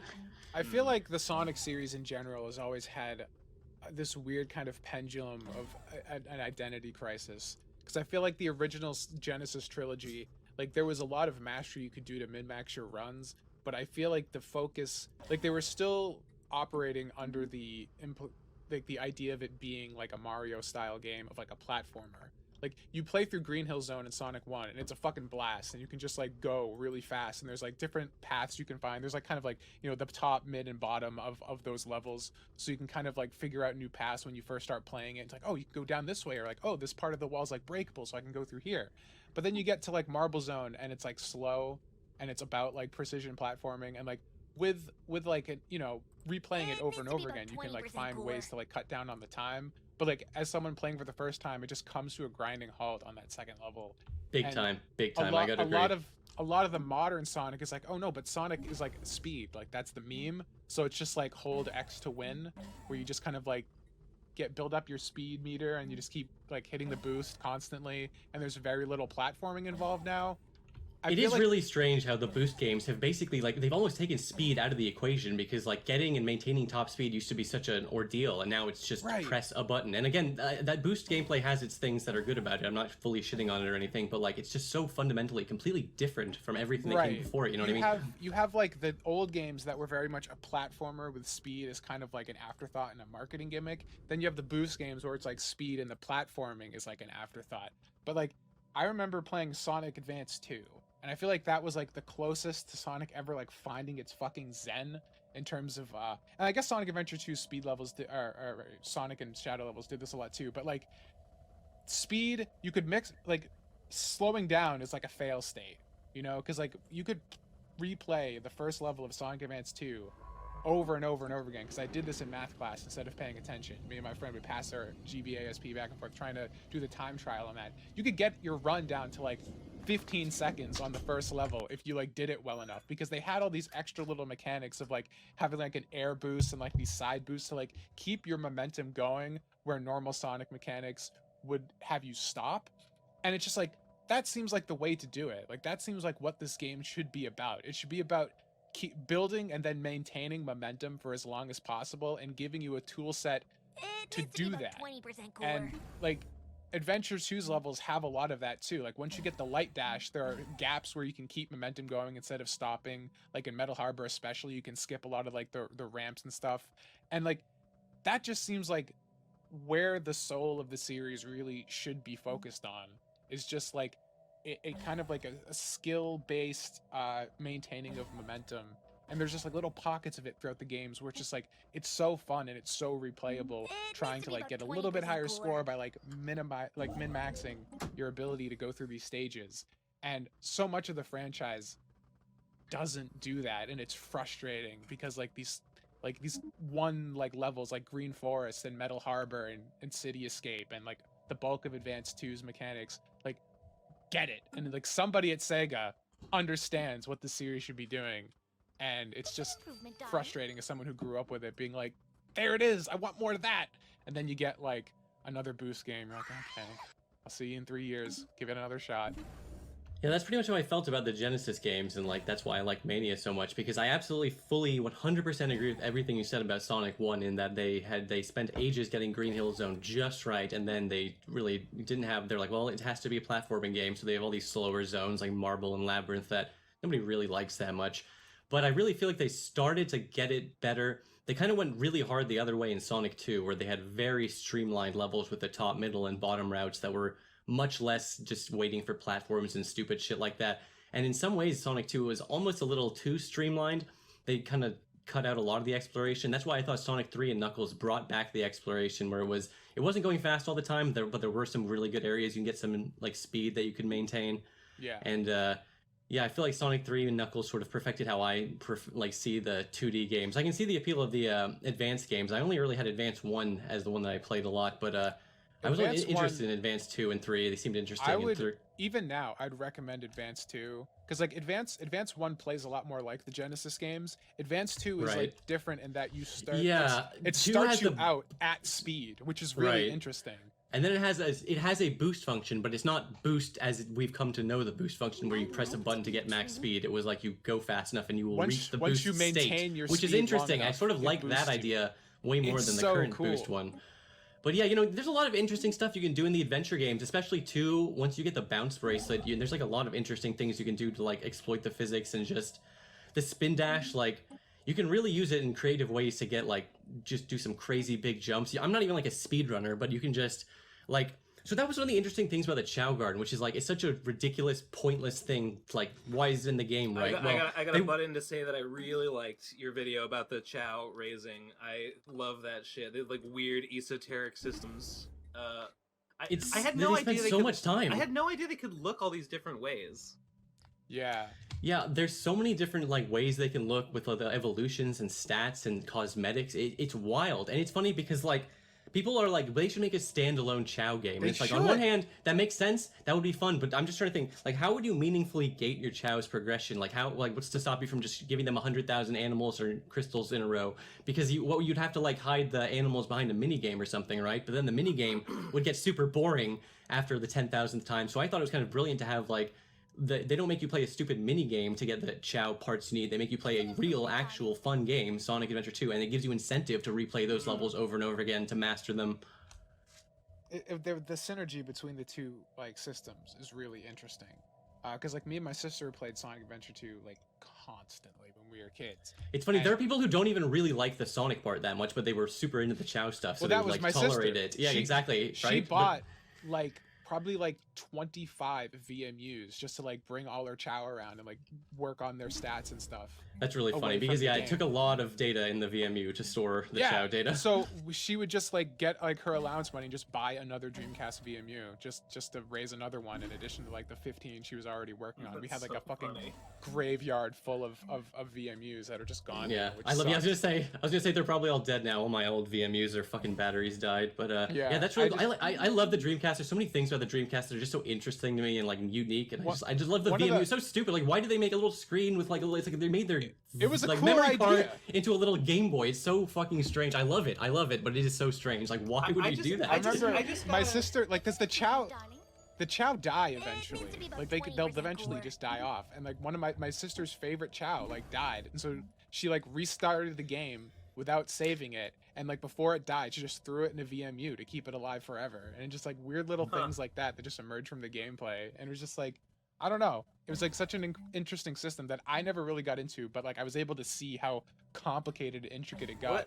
What do you think? Playing it for that reason are the implications of the fact that I might be a little off, but I think you'll understand what I'm saying. That a dark speed Chow looks like Shadow, but it's not a hero speed Chow that looks like Sonic. It's a neutral speed Chow. Yeah, I always thought that was really strange. I don't know what it is exactly. Maybe it's because the hero version is like this white stripy thing.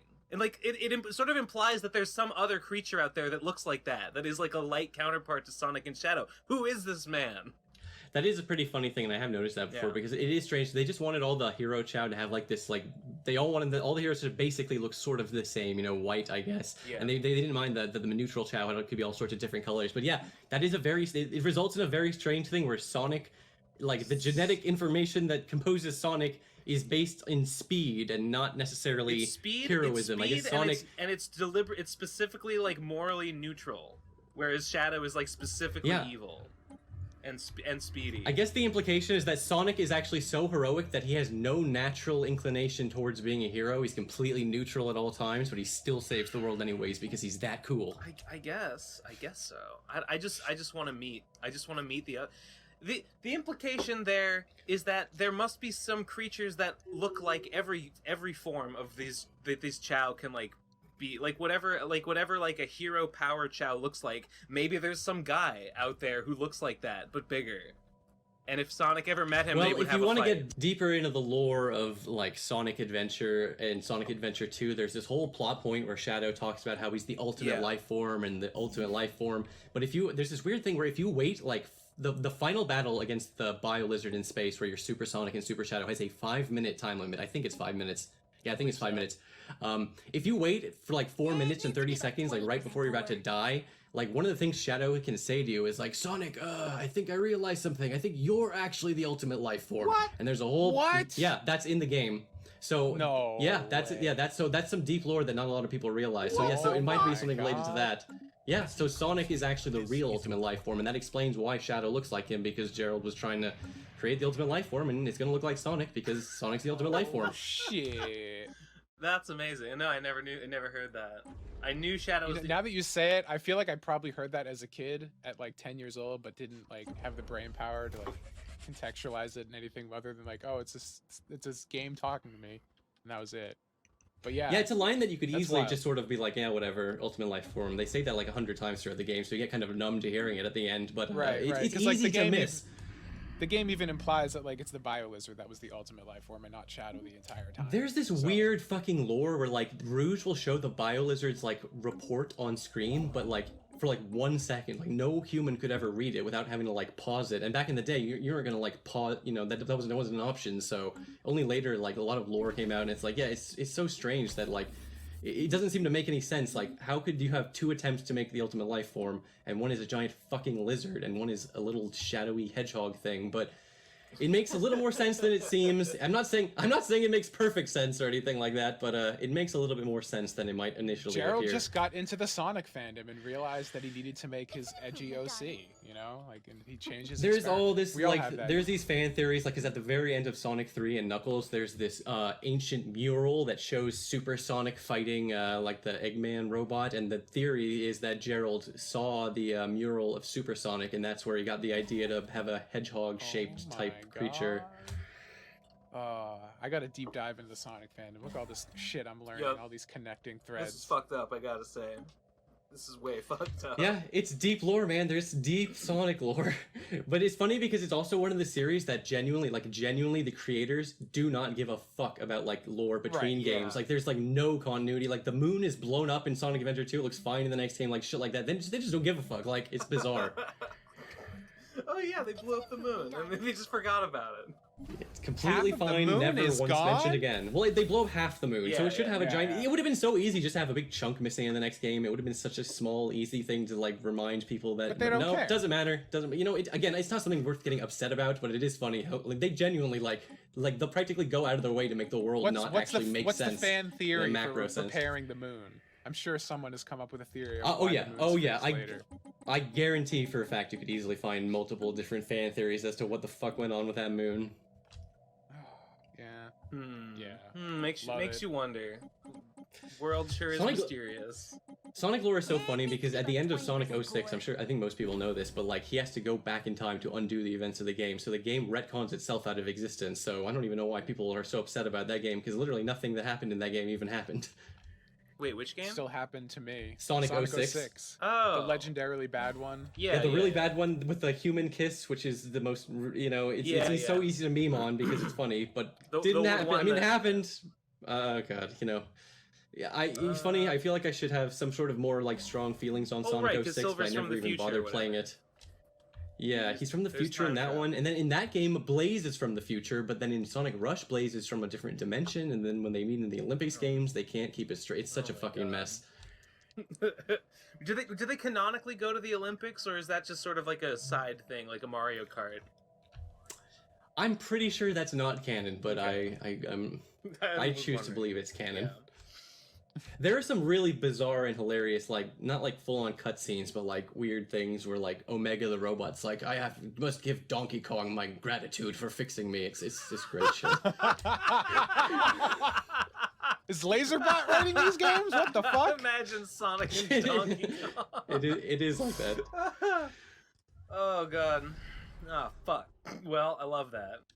Yeah, see, the Sonic series, it's like there's so much weird cringe, but like wholesome cringe. I don't even know. I'm like so We haven't past even like touched cringing on at like things. the sad AM and the Archie. Yeah, comics. see, okay, so that's the whole thing other about fucking- Sonic is like Mario is great. I wish I could have this whole kayfabe where I pretended to hate Mario all the time, but I can't do it. I like Mario games, so like Mario's great, but he has much more cohesive identity, whereas Sonic is like fractured through this prism where there's like 10,000 different versions of Sonic. You can just pick the kinds you like and get in arguments with other Sonic fans over the kinds they like, and it's a self-perpetuating war of Sonic fandom. I don't know.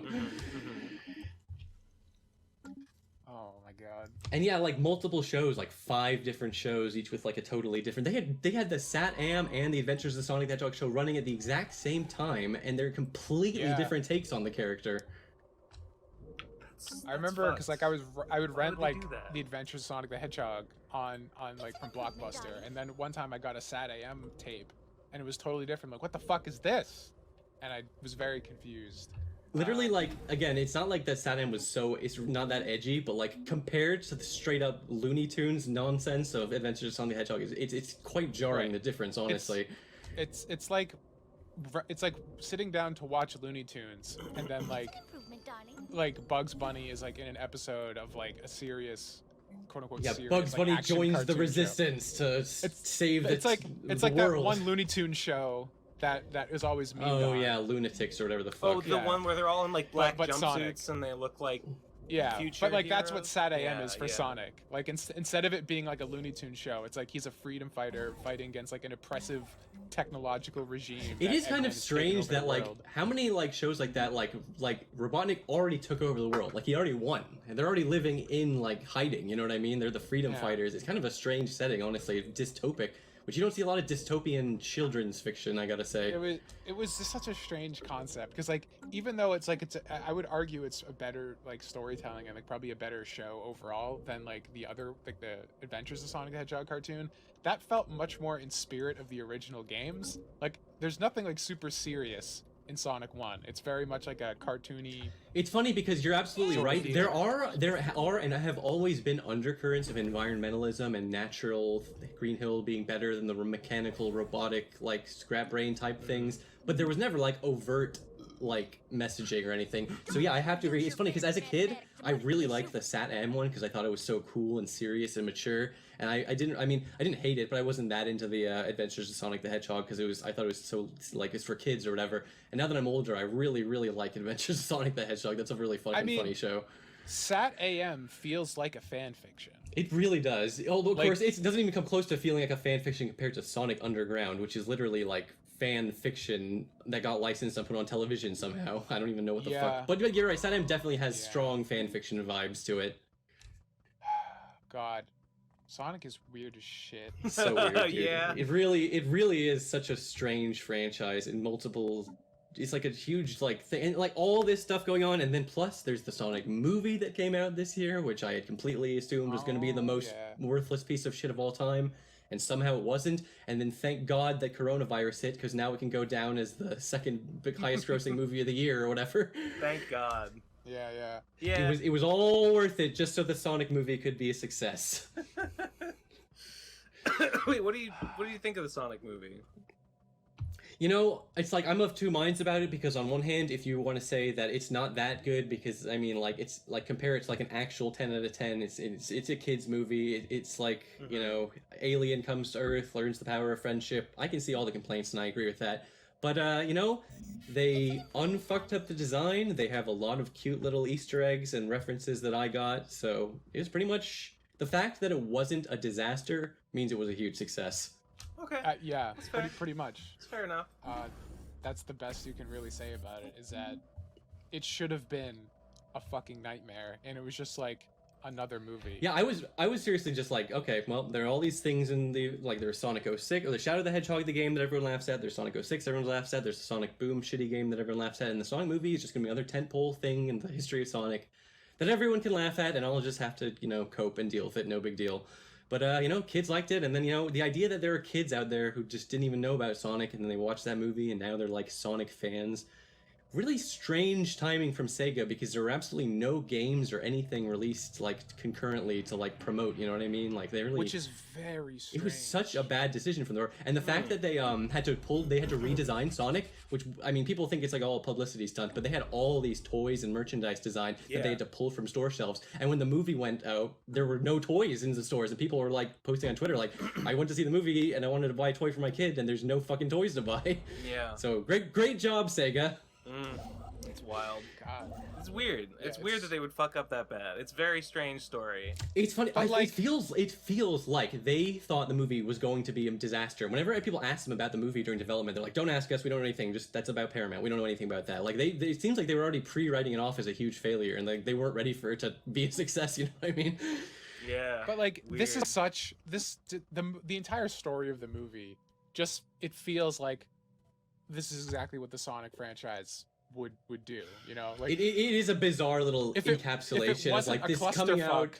like It was a would be complete weird. clusterfuck. The fans having a meltdown. It's Sonic encapsulated in one thing, and then the final product ended up not being quite as bad as you think it would be. Yeah, it really just sums the whole thing up.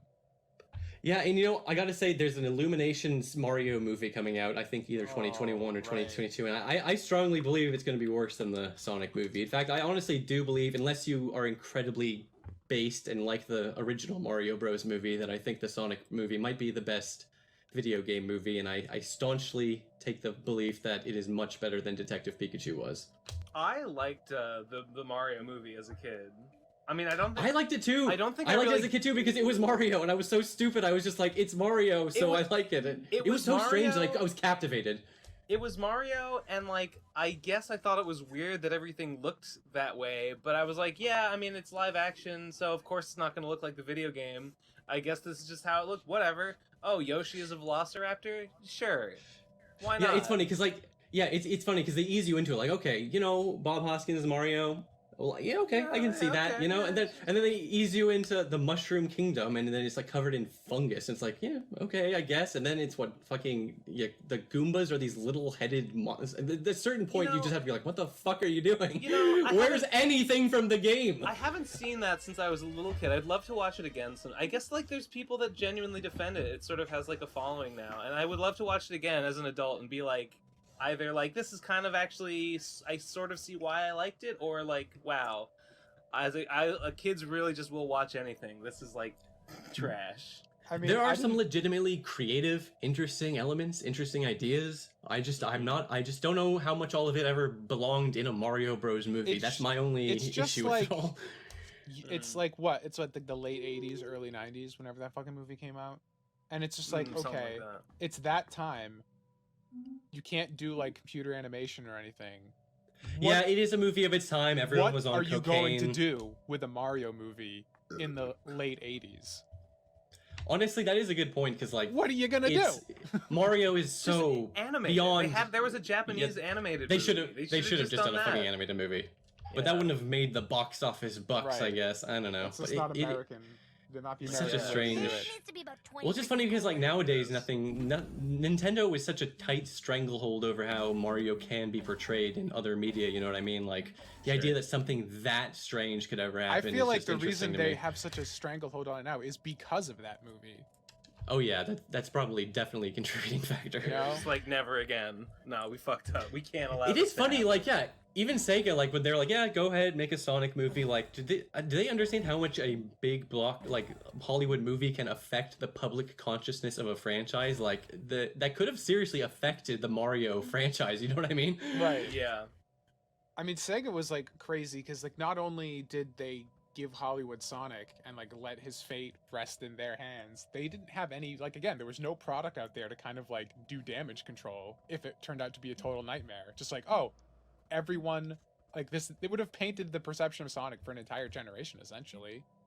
When you think Yeah, about it. there really could have been an entire generation of kids who, I mean, beyond like their entire exposure to Sonic is That's their frame of reference.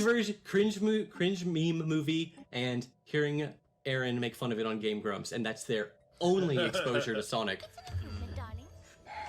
And that makes me a little sad because, like, you know, if you don't like Sonic, if you play the Sonic games, like, and try to like them and don't like them, that's fine. I mean, it would be kind of psychotic if I demanded every single person on Earth love Sonic the Hedgehog. But you know, I just want people to try it. You know, don't come up to conclusions before because I know he has become a meme, and it's weird because even the Sonic Twitter account, like, they've embraced the meminess of it all. You know, like it's like we're in a postmodern Sonic era where he's becoming fused into the meminess of like Sonic was in the Sonic movie. Think about that.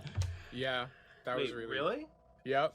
Well, Yeah, there's a scene where someone was like showing a sketch of Sonic, and it's literally the Sonic meme. that's great. I love it.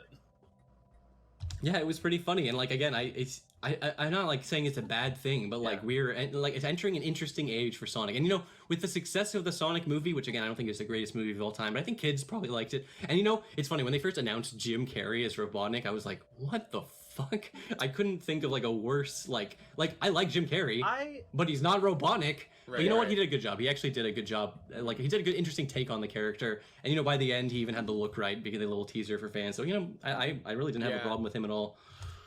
It's kind of unfortunate, because, like, that stinger at the end with Robotnik and, like, Sonic, the Sonic world or whatever, like, it looked like a fucking... like almost like something out of Spy Kids, like in terms of like just bizarre, like hyper realistic. I could definitely see the Spy Kids, but like from it. It worked, and I want a whole movie there. I want a whole movie. Yeah, you see, I actually would love to see him in that like Robotnik final form. I'm afraid that they're gonna walk it back as soon as the second movie starts. That's the whole thing. They better not. I want Jim Carrey in that costume for 2 hours in the fucking Spy Kids CGI nightmare I would love world. him to do that.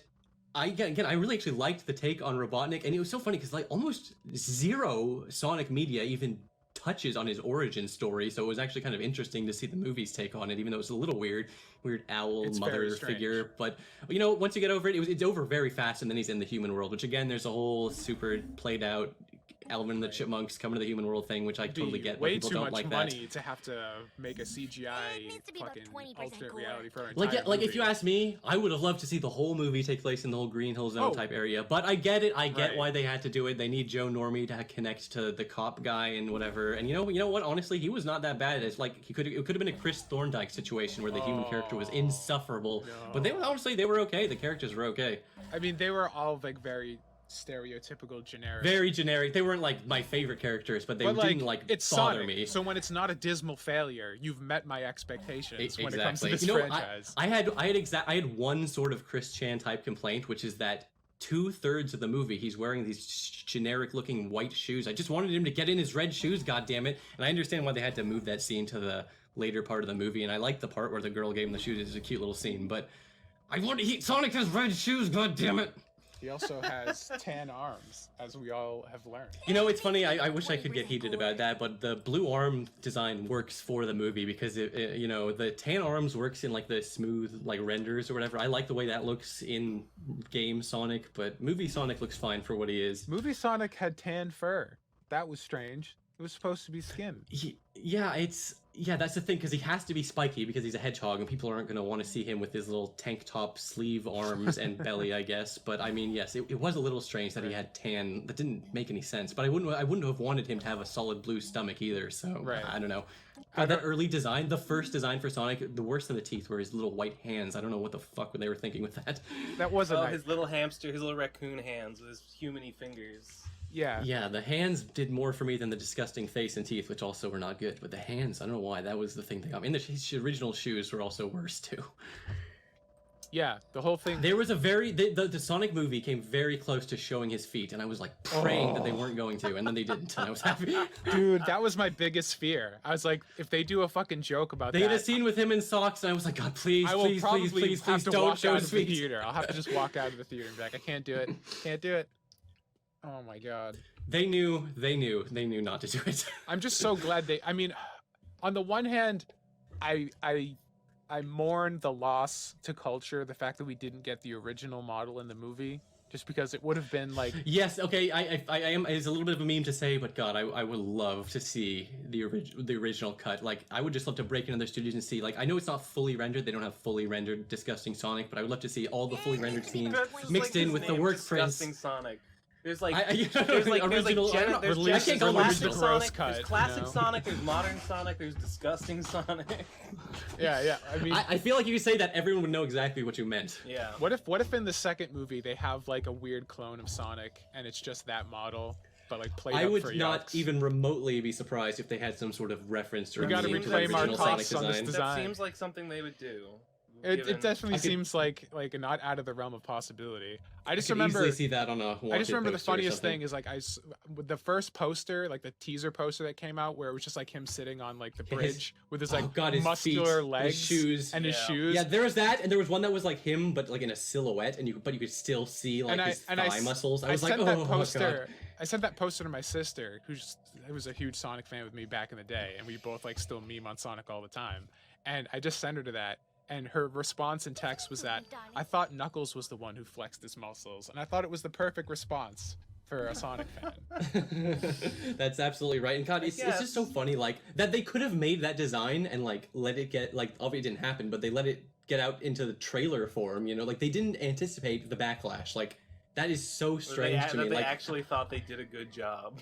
I can't give an objective perspective as a Sonic fan. Obviously, it looks terrible as a Sonic fan, but I couldn't fathom anyone ever looking at that and thinking it looked okay. Looks- you know what I he mean? looks like Some he's like a fucking studio chunky- exec He was looks just like he's wearing pajamas. It's fucked up. This little... It was strange. They were trying so hard to make him look realistic, but like the more realistic they tried to make him look, the less he looked like he actually existed in the world. You know what I mean? Like the more cartoony version actually fits in better. I don't even know how that works, but it you does. just look at that original design, you're like, man, the Five Nights at Freddy's movie is getting pretty weird. Yeah. Dude, if I ever get roll into some Five Nights at Freddy's money or some fucking Minecraft notch money, I'm going to finance a $1 billion Tails Gets Trolled movie with those disgusting Sonic design characters. I'm holding you to that. Once you hit 1 million subs, I'm gonna Yeah, once I become the first 1 billion subs I'm gonna on YouTube, DM I'm you and gonna be like, make all right, that it's happen. time. I got here's all the licenses you're gonna have to buy for this movie. That's 90% of your budget, but go. It is funny because like I would never want there to not be a copious amount of copyrighted characters and Tails Gets Trolled, but it is sad that like that because of that you'll never be able to get it like see those animated versions on Adult Swim or anything fun like that or any sold merchandise or any sold books. I'm gonna have to print my own damn Tails Gets Trolled Yeah. book. Unless you can like squeeze it through with like parody or something, but I don't think it really works that way. God, maybe. I don't know. Yeah, it's because it's like it is an interest. It like in a perfect world, yes, you should absolutely be allowed to because it's so like transformative and Right. different. How and, many like, times has Family the Guy idea- had who's cameos gonna- of like actual copyright Exactly. characters? Oh, And you that's talking never about gonna be a if fucking Laserbot problem. tried to sell Tails Gets Trolled. Yeah, if you try to, yeah, because of all the copyrighted characters, it's just like it's in such a limbo that it's not even like it's to the point where like Alvin Earthworm, the guy who did Super Mario Bros. Z, had like a whole like meltdown thing where couldn't even use his Patreon because he was afraid Nintendo was gonna tell him that you're not allowed to get money from Patreon if you're making an animated series about Nintendo characters. You know what I mean? So it's like, what the fuck? Yeah. But like, I don't know. They can't enforce that, right? I mean, Nintendo has gone out of their way to be like overly aggressive when it comes to shutting down shit. It's like like, that. what do you mean like they can't enforce it? Like Well, they could I maybe mean, they they wouldn't can't- win in court. They wouldn't win in court, but they could take you to court and make you spend thousands and thousands and thousands defending yourself. Like that's how the legal system works. It's not about whether you're right or Can wrong. they- It's about whether you have the resources to win. I mean, I guess, yeah, I guess they could say something to Patreon, and if Patreon saw that, like, yeah, you're posting shit with Nintendo characters on it, they could thought- make you take it down. I think he already got around this, but he has his own separate like original creative works, and he has a Patreon for his own original creative works. Oh, and also he does this He Super does that Mario Bros. Mario on 3D the thing side. too now. Oh, Because right. originally I think his Patreon was like donate to me because I'm making Just Super a Mario couple Bros. Z days and ago, videos. Nintendo took down a Patreon or no, like a game that was like some like porn game with Princess Peach, and they like took that down. So like they're taking stuff down like even to this day. It's wild. And again, not to get too into the whole reliving my youth console wars from the playgrounds of the 1990s, but Sega continues to be based as hell and not ever issuing any sorts of cease and desist, and in fact hiring fan game designers and stuff. Right. That's how Sonic Mania happened, and it was like yeah, exactly. That's how you should do the it. shot in the arm the franchise has needed for like a decade. There is something deeply hilarious about the fact that fans just had to like say stop. You just stop. Just let us do it, please. And after like a decade of trying to do it better, like fine, just do it. And it was like the best-selling game from them in a while, and it did really well critically. Yeah, great selling game and highest rated Sonic game of the past 20 years. Although it is funny, you know, like if you talk about Sonic Adventure 1 and 2, I like the vast majority of people seem to be like, yeah, those games are not good. But it's funny because when they came out, everyone thought they were good, or at least not everyone thought they were good. That's a way oversimplification. But they got good reviews. Everyone I talked to knows that thought they were fun. I didn't hear any of these like yes, the camera is shit, but I mean the camera was shit in Super Mario 64. You didn't hear people bitching about it back then. The camera was shit in every game for the first. Like from 1996 to 2001. Yeah, like, again, I know it sounds incredibly defensive, but I feel like people are they just tend to be more hypercritical of Sonic games, and you know, I think can't it's really just blame them there on are that. super easy things to pick on in those games. Like Big the Cat's levels are boring as shit. Like it's really easy to look at that and like look at like Knuckles levels where you just have to like hunt for like little emerald shards. Like this is boring as shit. This isn't what Sonic's about. Sonic's about speed. This game's terrible. You know, and then it is strange because like people have this vitriolic hatred for those Knuckles and Tails and / Eggman levels, but it's like if they just let you play the levels in the orders you wanted. Like I like the Hero and Dark story as originally they had the 6 stories in Sonic Adventure 1. That might have been a little too much, even though I have a huge fucking hard on for that type of Rashomon style see things from different perspectives type storytelling. But like I see why they wanted to condense it down to just 2 different storylines that are playing at the same time.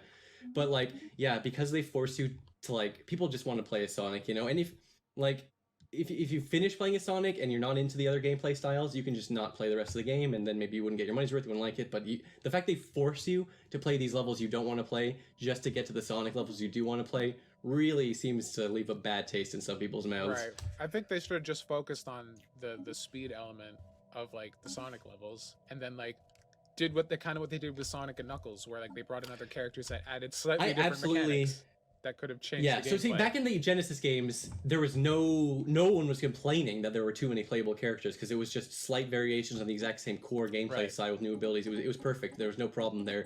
I feel like for Sonic Adventure 1, one of the problems with designing a 3D platformer where the character's main gimmick is that they goes really, really fast is that it's just hard to design levels around that in general, but mainly because like you just go through the levels really fast, so you have to spend a long time designing. This is a worse problem in the Boost games, but like it just takes longer to design a level for Sonic, and it gets done with so fast. So that's why they had the Knuckles levels in the first game, so they just reused some of these stages that they made for Sonic, these open expansive areas, but with a slightly different gameplay, you know, just because I'm one of the guys that doesn't really mind the other types of gameplay. I don't like big levels, to be honest. It's shitty fishing. I'm not even opposed to fishing games, but like the level of fishing you get in big stages is not that great. But because I've done it so many times, I can beat the big stages in like 1 minute each. They're over in no time. But I understand if you're not an expert at the game, if you just play, you can take forever My on those confession stages. You'll hate is them. that I've never beaten Sonic Adventure 1.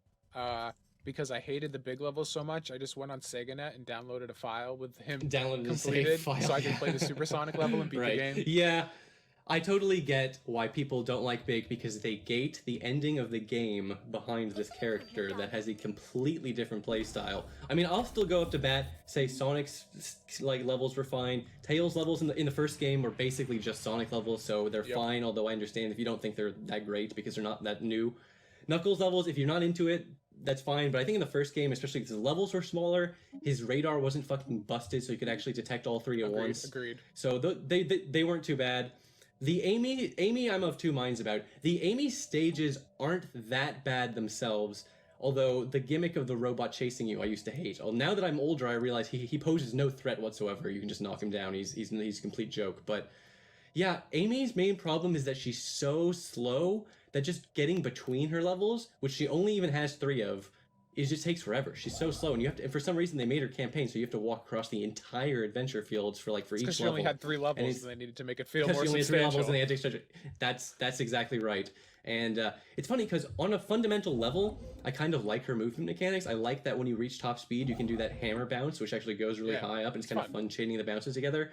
But it's just there's so much tedium between the fun parts of the Amy stage. And for some reason, they're like, oh, we'll have puzzles for Amy, but the puzzles are like, put the green box in the green thing, put the orange box in the orange. It's not even, it barely even counts as a fucking puzzle, you know what I mean? I just think instead of like having this entire dedicated campaign to Amy that was like half-baked, They should have just like done more speed levels that were the same kind of structure as like a Sonic level. But then like, okay, Amy has this hammer mechanic. Let's try and integrate that into the core gameplay loop.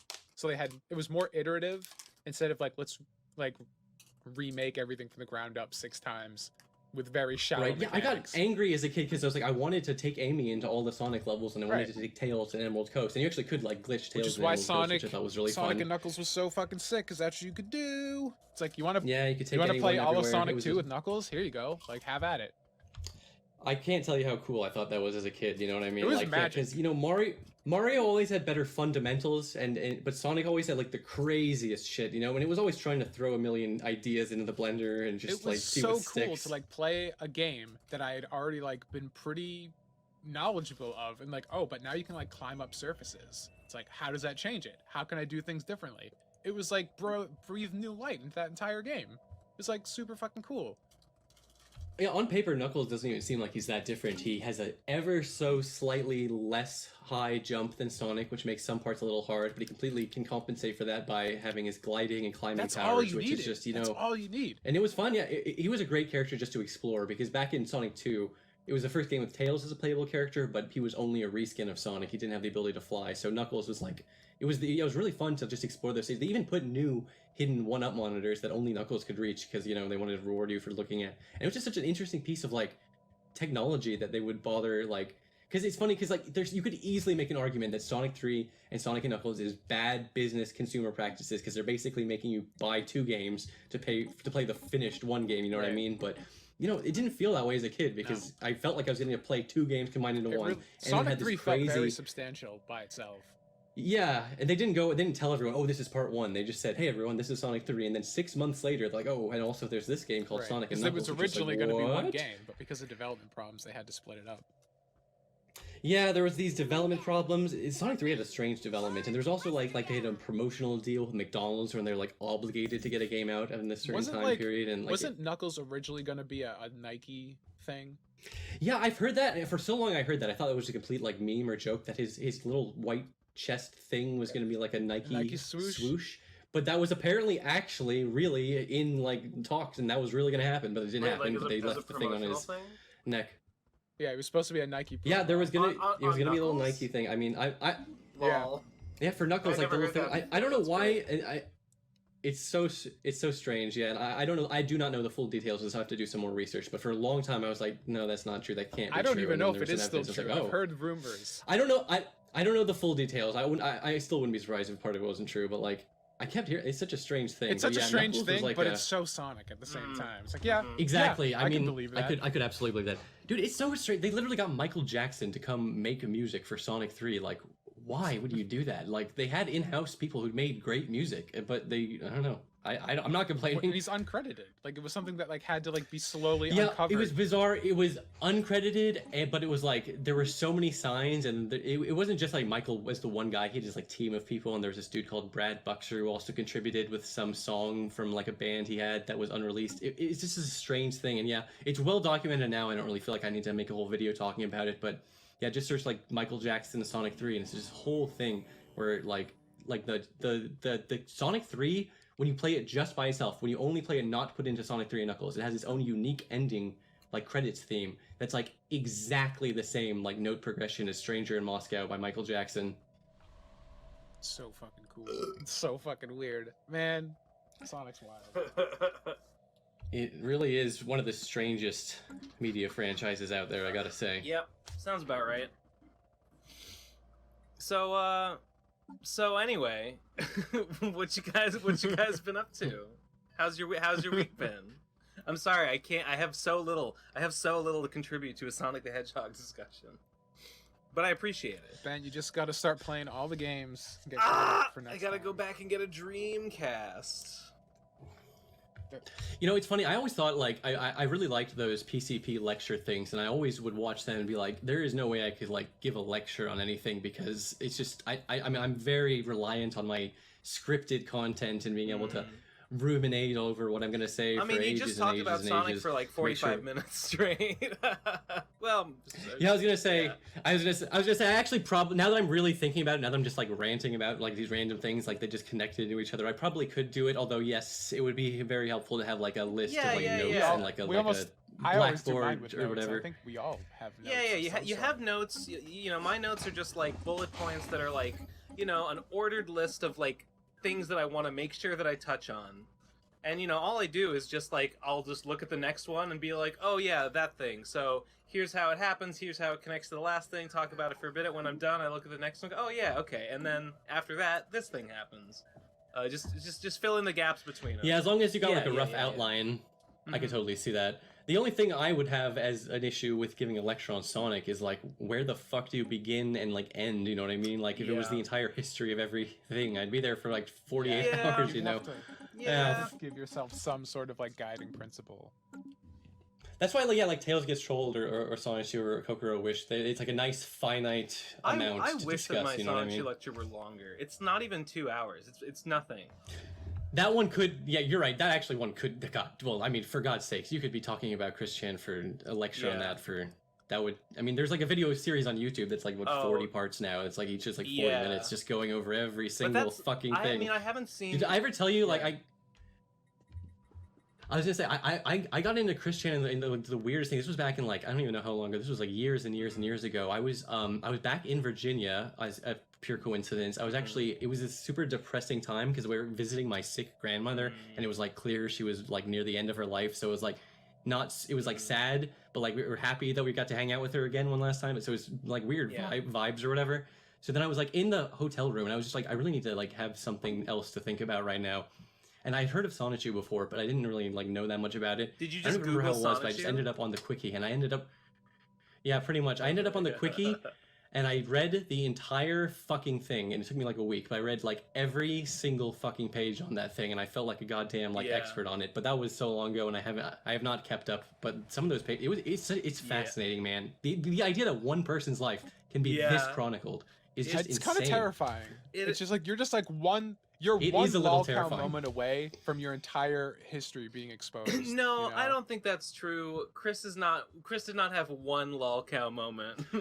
We're not all exactly There's a like little that. more I do going get on what you're, I there. do get I get what you're saying though, that like one mistake and you can like Right. have someone, if people get obsessive enough, they'll dig That's into the whole your thing. online history and like Do you- we have this in, as our generation has this entire like paleolithic like uncovering like layers and layers of history. You can go back and dig up someone's old MySpace. You can dig up their old fucking DeviantArt. I don't even know what the fuck. an internet historian video about like that Japanese lawyer who got trolled harder than anyone's ever been trolled before? Do you know what I'm talking about? I don't. Yeah, I'm actually not internet. sure I know what you're talking about here. I do like internet historians, so I should watch that. Oh god, I'm gonna feel stupid if I'm thinking of someone else. But like it was there was like a kid who was getting like cyberbullied, and he like hired a lawyer, and like this lawyer like went on 4chan and like said that he was like an expert on like trolling law or something, and that like Oh, everyone needs to no. stop bullying right now, or there will be legal consequences. And this guy's this is like a famous case, and I think you'd probably know his face if you saw it, but I don't remember his name. And it's like, yeah, and so these people like they took this lawyer's face, like they knew which law firm he worked for, they knew his full name, and they just like they made like this huge harassment campaign against this lawyer and plastered his face like all over the country. God. God, that's so funny that like if you're getting trolled, the one thing you should never do is like make a big public statement going, guys, please stop He's trolling like, me. he basically just said like, I will sue you through the internet if you know, this obviously he can't fucking do anything against a bunch of anonymous posters. I love when people claim to be experts on troll law, you know. Yeah, and like, you know, the fact that he's doing that just proves that he has no fucking clue. Right. But he's there to claim he's an expert and to try to intimidate these people. I'm so embarrassed. I can't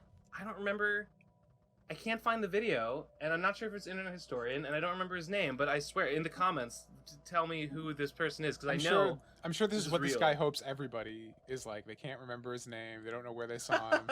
Finally, I'm doing him a big the favor. nightmare is over. The guy just like still is a lawyer. He still works at his fucking law firm, even though he's like the most trolled man in the world. Punished Japanese lawyer man. Yeah. I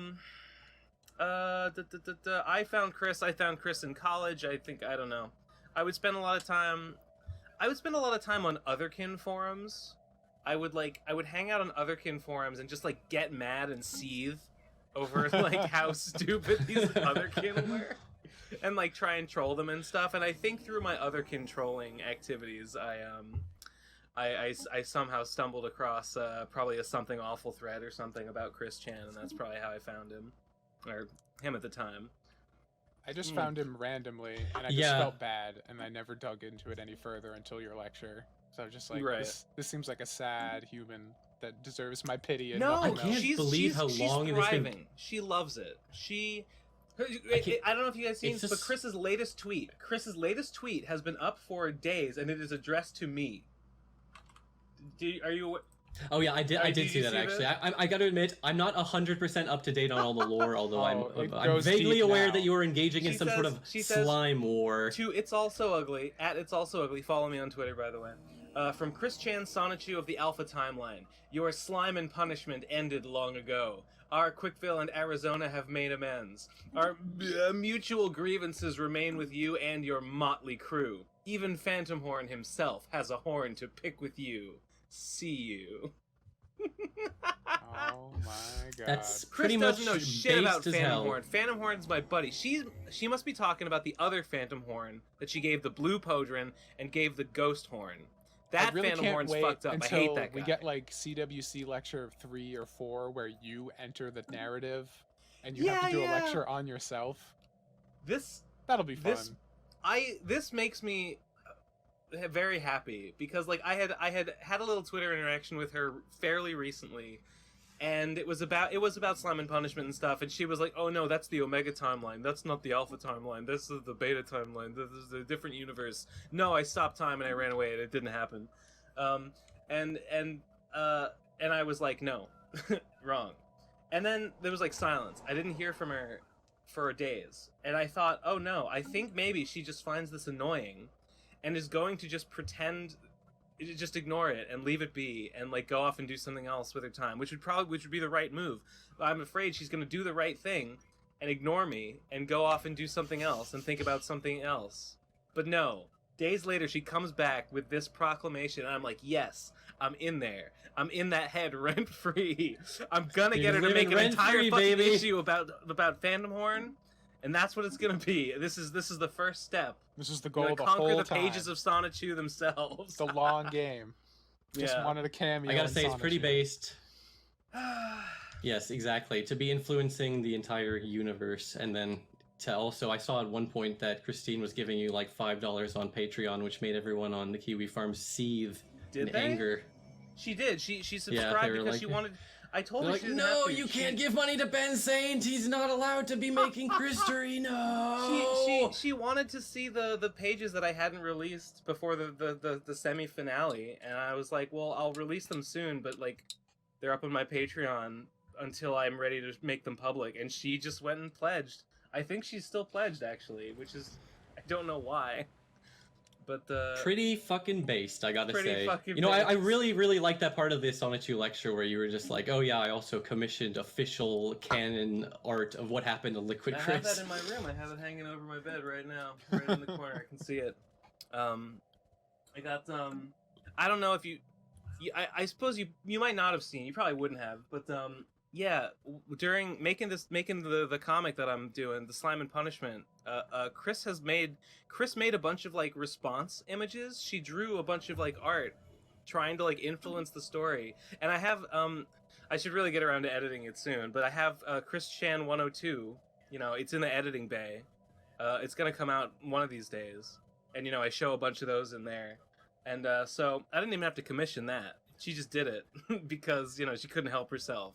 She was so offended by the events taking place in New Los Angeles City, aka Neo Milwaukee, that she had to set the It's a record straight. 9,000 IQ play where you don't even commission things. You just be so interesting that you get free fan art. This is, oh boy, those are. Oh, and she put them on cards. She put them on cards. Do you know what Twilight Sparkle's secret shipfic folder is? You probably don't.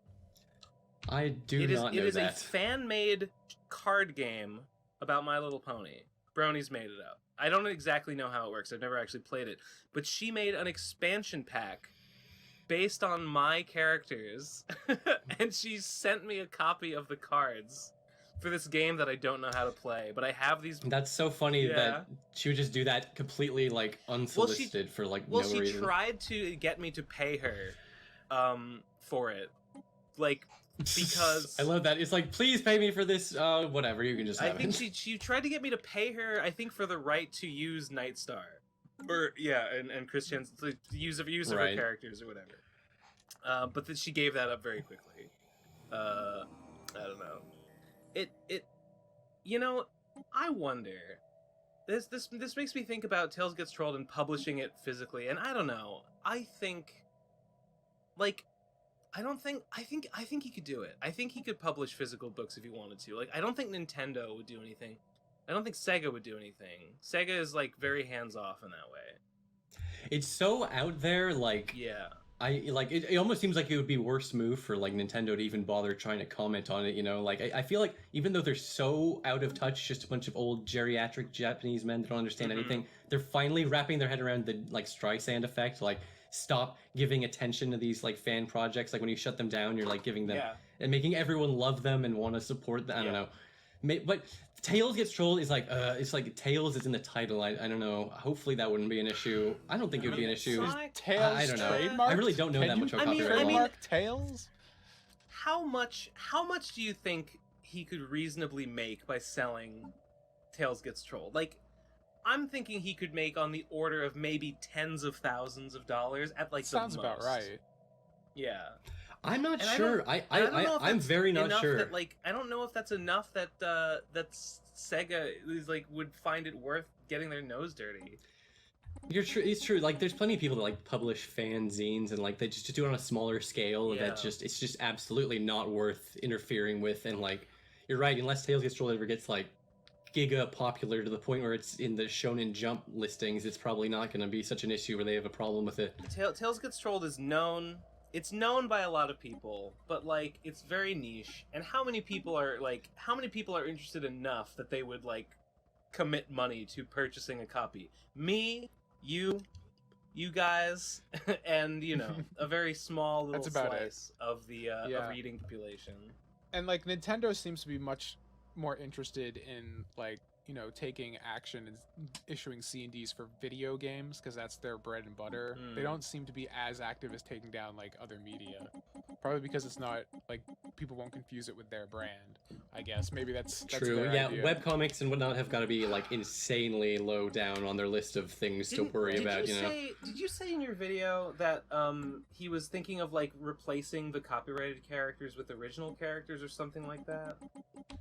Yeah. Okay. So when he had like canceled it, he was like, "Oh, maybe we'll continue the story, but like in a text-based form." But then he had the idea he was going to split it in half, and there was going to be the comedy series with the copyrighted characters called the Troll Slayers. But he was going to split all the drama and serious story stuff into a separate issue that replaces all the characters with like original characters called Tayel's Realm.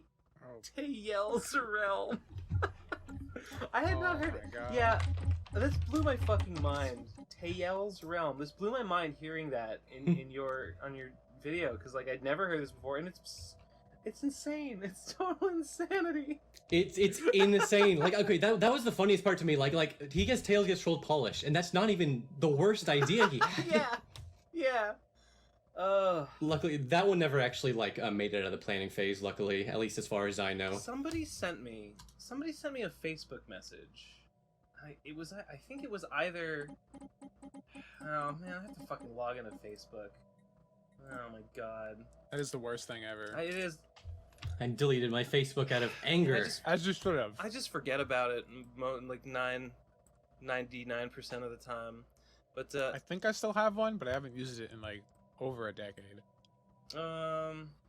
I deleted it so I could epically pwn Mark Zuckerberg, but it doesn't even matter because if you don't have a Facebook profile, it just constructs a shadow profile of you based on information it gathers from your friends. Wait, really? Yep. What? Yep.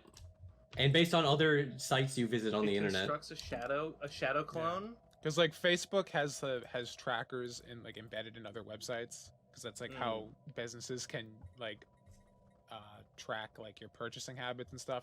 Yeah. So they can just construct a profile for you. Even if you don't have a profile, they know a lot about you. I guess that's a better way of saying it than a shadow profile. It does sound cooler though. That blows. I gotta say, I'm not the biggest fan of Yep, that. there's no escaping the panopticon. We live in the state of total global surveillance, and it's never gonna get any better.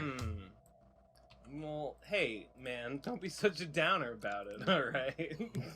It's Shadow profile, more like Shadow the Hedgehog yeah, profile. hey, yeah, video games. Exactly. That's why I think we need to elect Laserbot as President of the United States in 2020.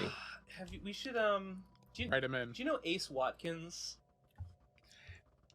Ace I know Watkins? that name. Yeah, the gamer president, right? First gamer Yes, I know that president. Twitter account. Yeah, Yes, very he's funny. Really funny. I would happily vote for the first gamer president. He's a real quote factory. Okay. Now I got a message. Oh yeah, no, Laserbot sent me a Facebook message on September 11th. This was 16 days that's ago, awesome. and I didn't answer. Fuck. He just asked me how's everything been, and I don't know why. I don't know what he wanted. Aw, It's weird that's because he cute. hadn't talked to me in like 2 years. Okay, well I'll have to like carefully consider how I want to respond to that. Yeah, I just remember that right now. Just finished doing a podcast where I talked about your work for like 2 hours, man. How you doing? It was maybe he wants to come on a podcast. I feel like that's why, because that was the initial idea. That's what we talked about. That is really funny timing, I gotta say, because it's like right before I ended up posting that video about it. Yeah. You know, that's what we talked about on Facebook, was whether he wanted to come on the podcast, and he wouldn't do it because he didn't have a microphone. And I'm like, well, there's always some sort of technical issue when you want to organize something with Laserbot. Unfortunately, I would buy him a microphone if it means he would come on this like, podcast. I could get you one for like $35 and it would be fine. But it's like, my internet doesn't work very well. Just say you don't want to do it, you coward. But, well, I mean, he's reaching out, so maybe he does. I'm hoping the tides have turned, because maybe a Laserbot he's, episode would be incredible. Maybe he's got something he wants to promote. I don't know. I'm not gonna try and pretend like I could take any sort of credit for this, but hopefully my video contributes to a somewhat resurgence in popularity for Tails Gets Trolled. I would be happy for him to get back in the spotlight more. I mean, he's gonna be working on it again. You guys have both contributed drawing new pages to the legacy of Tails Gets Trolled. So. I hope so. Like I say at the end of the video, I really genuinely, there's nothing I want to see more than for Tails Gets Trolled to actually finish in my lifetime. I would love to see that story finish, you know what I mean? Just one of those like stories you have in the back of your head. It's gonna be sitting there in my head for the rest of my life, unless it finishes. I can't imagine what we've seen so far being only a quarter of it. Like, where the fuck would it go for the rest of its runtime? I do briefly mention this like in the video, but like one of my favorite things is like every time you finally like really sort of like get it, like you sort of get a grasp on it, like you sort of get the troll slayer situation, like okay, I get Tails Gets Trolled. It completely changes it up with like the new trolls or just introducing some new thing. Or like the whole like party at Cheeto Man's house and like the mass grave and shit. Like that's like a big fucking turn. Exactly. Like every time once you finally get used to the defenders and you're like, okay, I finally am used to this insane, convoluted, all this bullshit. And there's no, you don't even understand. There's this conspiracy with the Cheeto Man, and it's so fucking funny. He has to. I can't even think about that laughing. Knuckles' plan is to bring over a bunch of hoes who have STDs with gonorrhea, so he has to kill them all, even though gonorrhea can be cured in a couple of weeks with antibiotics. It's so funny. It's like the funniest thing. It's like Cheeto Man's one. That's why I had to make a fucking like, video. Oh boy. It sure would ruin my criminal empire if someone were to present me a hoe with an STD that I would have sex with. Like, It's... Laserbot has the greatest mind of our generation, you know? I just want to see what else it can come up with. It's priceless. Yeah, it's priceless. It needs to be about 20% cooler. So I've been watching movies lately. I watched a lot of movies this week. It's very Sick, weird for me sick. because I never watch movies. I hate all media. I go through phases where I'm like movie guy and I'm gonna be the coolest guy who listens to fucking director's commentary and shit, and then I'm like, fuck movies. Movies suck. They're all a bunch of Hollywood bullshit. I've been feeling that way for a long time, and then I won't belabor this because I've talked about it before, but I made a tweet asking for recommendations of people about movies where people just talk. Just people talking, nothing happened. I don't want What, do you watch My Dinner with I Andre? have seen that before, yeah. So that I didn't watch that one. But I watched I watched an insane amount of movies this week. I watched like a dozen movies. That's more than I've watched in like the decade up till now, or the previous decade. I don't think I've watched a dozen movies this year yet. Yeah, no. I've watched Sonic. I just probably some more. I just got on one day where I was like bored, and I guess I was procrastinating from doing like sending off books and doing the like signatures and stuff. And I just was downloading one movie after another, just going down the list. Like, yeah, I'll get that one, torrent it. Okay, watch it. An hour and a half later. All right, cool. Dude, it feels good to get into a movie zone. I know that feeling where you're like banging out movies. It's like when you watch a movie, it almost feels like you just finished a whole show. You know what I mean? When I think about a movie feels like a big commitment, but it's really not. Like, it's so funny. I have the exact same thing where it's like I'm like, I don't have time to sit down and watch a 2-hour movie. I might as well just sit down and watch 8 half-hour episodes of some fucking show I don't even give a shit about, and then I regret my time watching. You know what I mean? I watched like 8 movies in one day, and I felt like I'd accomplished something. It didn't feel like I'd wasted my time. It felt like I'd been on a journey. Right. Well, movies. I They're a complete know what you story. mean. It's very weird because satisfying. You feel like you've. there is something super satisfying about a good movie that you can't get from like pretty much anything else. Really. It's like if you binge like a TV show, like usually if you binge a season of a TV show, it's not the full story, so it doesn't feel like something's wrapped. And even if it has, you're like you've wasted your entire day, and you kind of like feel almost sick of watching TV by the time you're done binging a season of a TV show. You're just like, fuck, end me. But like a movie's like long enough. It's like designed psychologically to be long enough to like keep the average person engaged without It's going almost overboard. like they did it that way on purpose. Yeah, it's like almost like this was like intentional. It is really funny to think movies can be any length. A movie can be any length, but they're all pretty much the exact same length because that's they're just getting the longer. best They're getting marketable longer length. and longer. Yeah, okay, true. They are getting much longer than they used to be. So that's probably that. What I just said is getting less true as time goes on. But yeah, it is funny that it's like we're programmed to just have this 2 hours. It's like the perfect amount of time. It feels totally substantial, but also it is not nearly like it doesn't waste your whole day. Right. Let me just, fuck it. I'm just gonna go down a list of movies I watched this week. There's a whole bunch. I watched Ghost World, based on the comic by Daniel Clowes. Either you familiar? No. That's you a seen good it? movie. I'd never seen it before. Yeah, it was a good movie. It was pretty sweet. What's her name? Really hot in that movie. She's really fucking hot. I don't remember the actress's name. It's the same actress that is the girl in American Beauty. Oh yeah, Thora Birch. Thora Birch? Are you talking about the I'm pretty sure that's her name. Yeah. Wait. TV shows, Thora Birch, American actress. I gotta make sure. Filmography. She was in Dungeons and Dragons the movie. Legend. She was in Dark Corners. She was in The Etruscan Smile. Oh yeah, she was Enid. Yeah. Oh, Enid's so fucking hot. I can't stand it. Ghost World is like definitely a movie that I didn't watch for a long time because I don't want to watch a movie about a world of ghosts. But it's about teenagers. Yeah, I don't know why it's called that. I haven't read the comic it's based on either. I've seen it though. When I got the movie and I found out like as the credits were rolling that it was based on the comic, I was like, wait a minute, I've heard of that. And I looked it up and I was like, oh yeah, Daniel Clowes, I know who that is. I watched Cat on a Hot Tin Roof.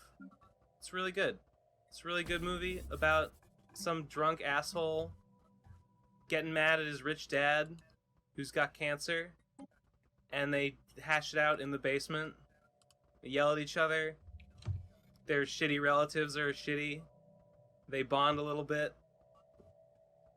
The wife is cool. These are all talking movies that are the primary problem is just like family and type just problems where people have to talk it out. This is gonna be really interesting if you have like it's like a play. Those are like basically what plays had to be. You know? I think a bunch of them are just based on chamber plays, right? Like there was one next one on my list. Carnage is just 4 people two parents of one kid, two parents of another kid, talking in a room, talking in their apartment about how one kid like beat up the other kid and broke his tooth, and they get really mad at each other, and that's what Carnage is about. Carnage is a little bit.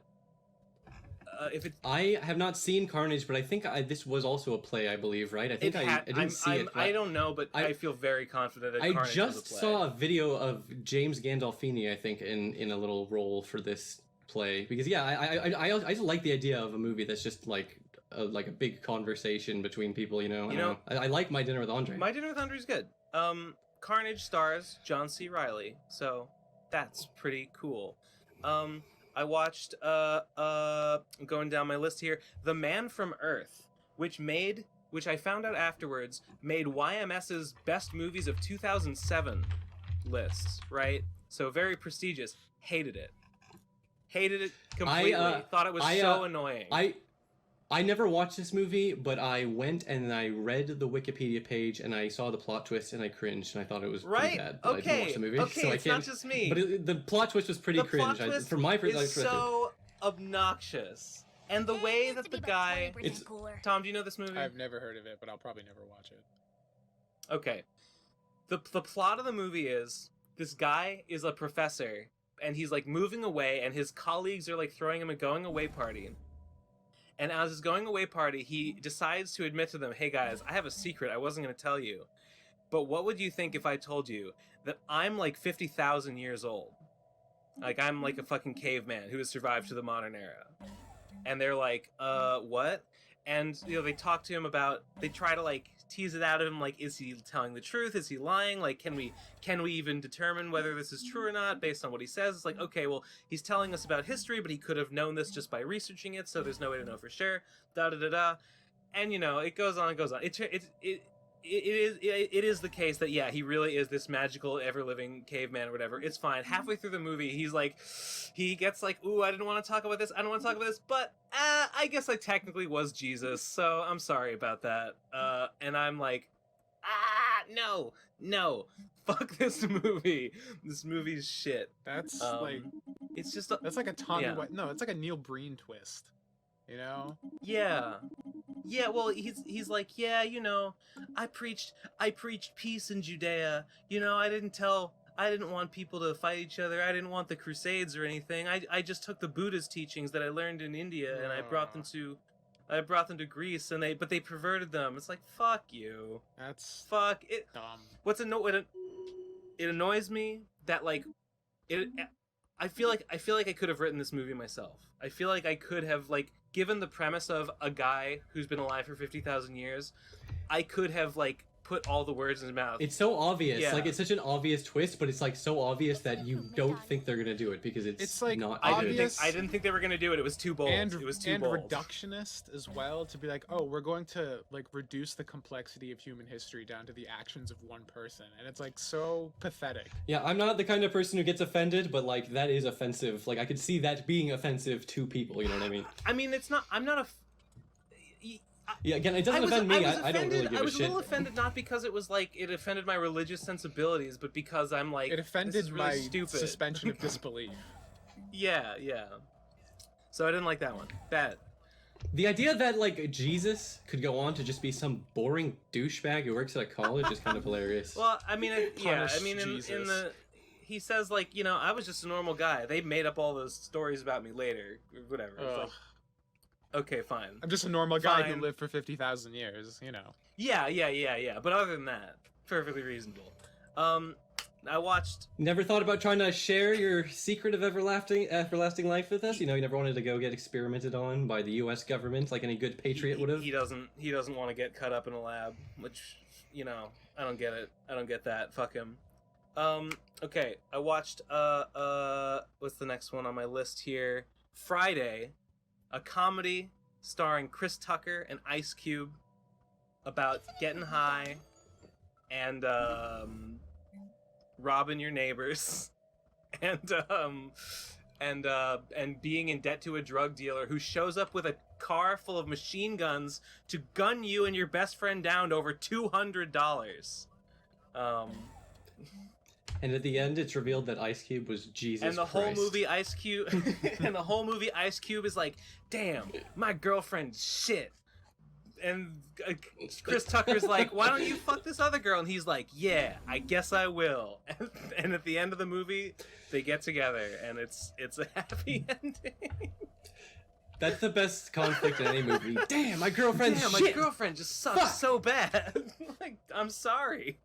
I'm sorry you're going through this, Ice Cube. It was fairly entertaining. It needs to be about Next 20% one cooler. on the list is called I'm Thinking of Ending Things. Very creepy movie. I have been. That's on my to watch. This is the Charlie Kaufman movie, right? It is, yeah. It's like just came out, new Charlie Kaufman movie. Yeah, it just came out. It's on my list. I love Charlie Kaufman. I love adaptations. One of my favorite movies Charlie of all time. I Kaufman- saw being John Malkovich when I was way too young to understand what the fuck any of the like symbolism or any of it meant. I was just like, what the fuck? This is the weirdest Yeah, movie I've ever seen in my I life. watched it when I was like when I was like 14, and I probably didn't get it. Did Charlie Kaufman make Synecdoche, New York? Yeah, that was his directorial debut. Yeah, I really believe. love Synecdoche, New York. Yeah, I love anything that's just like a massive rumination on dying and how Yeah. much it's gonna suck to be dead. That's Yeah, just my that's just my yeah, inner monologue. That's the last thing I need is more of that. I'm Thinking of Ending Things is a little bit of that. Not entirely. I won't say too much about it, but it's very It's okay. I don't need a whole another movie that's making me want to die. it's very unsettling. I will definitely watch that. One. I watched a trilogy of movies called the Before trilogy. Before Sunrise, Before. Oh, I know this Sunset and movie. Before Oh, the- sorry. Again, Yeah. this is another one. I have a problem where I just read about movies on Wikipedia, and I'm like, oh, I don't need to see this now. I read about it on Oh, Wikipedia. That's exactly the no. same as seeing a movie. But no, I haven't spoiled it or anything. I'm just aware that this is like a trilogy of movies based on like it's like a relationship and like at different stages in these couples' These life. movies right? are really good. The Before series is really good. Yeah, in Before Sunrise, they meet on a train and then they spend the day let's go see Vienna, and then they spend the day walking around Vienna, and then the other movies are future it's sort of a spoiler to even say like what the circumstances of them are, because Before Sunrise ends on a cliffhanger where you don't know if they'll get together again. So I guess spoiler, like they do in fact meet again, but would be spoiling too much to say how. But yeah, and it's like the whole movies are just them like talking to each other, talking to other people, going on nice dates, and it's very cute. It's cute. I like it a lot. Yeah, I've heard good things about it, and I'm definitely at the stage in my life where I can handle a movie that's just people talking now. I think when I first heard of those movies, I was like, younger, and I was like, if there's nobody getting killed, then it's not a real movie. No, I'm ready. I'm ready for nothing. I'm ready for movies where things don't happen. The less that things happen, the better. Yeah, I've become so jaded and cynical and such a contrarian that anytime things are just different than like the mainstream, like just the idea of a movie that's just people talking is inherently like interesting to me. Whereas I'm sure lots of mainstream audiences would be like, no, I'm not going to watch a movie that's There's people kind of talking. a surprising number of movies like this. I feel like they're sort of not the norm, and yet It makes sense. Yeah, they're there's cheap. there's an audience, and it makes sense. And just it's like it's an easy, not easy in that it's easy to make a good movie Yeah. that's people talking because you have to have a good conversation. But production wise, you don't I'm need sure it any doesn't special cost that effects, much. or you don't need any costumes, or whatever. You just need a house and a couple of actors and a script. If I was gonna make a movie, I would love to make a movie that's my first movie is just people talking movie rather than trying to start off with something like Space Cop where I completely fall on my face. I got two more. I watched Locke. Have you heard of Locke? I don't think I have, or if I have, I can't remember. Locke is so fucking sick. Locke is a movie. The entire movie takes place in a guy's car as he talks on the phone. That's the whole fucking movie. And it's so good. It's really tense. He's on the phone he's got like a big fucking like business project that is like on the verge of falling through, and he's got to talk his assistant through making sure it doesn't go to shit. He's got his marriage is falling apart while he's like on the phone talking to his wife. He's like having a baby is being born, and he's like trying to talk the mother through as she's like getting ready, just getting prepped for childbirth. It's very good.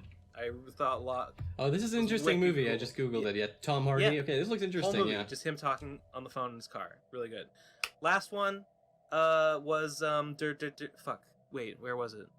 Wait, where? Oh, okay. This is the weirdest fucking movie I've ever seen. Death by Hanging is a Japanese movie. I thought it was going to be like an anti-death penalty, like propaganda movie. And I guess maybe a little bit it is. But the plot of it is that they hang this kid, this guy, who is a rapist.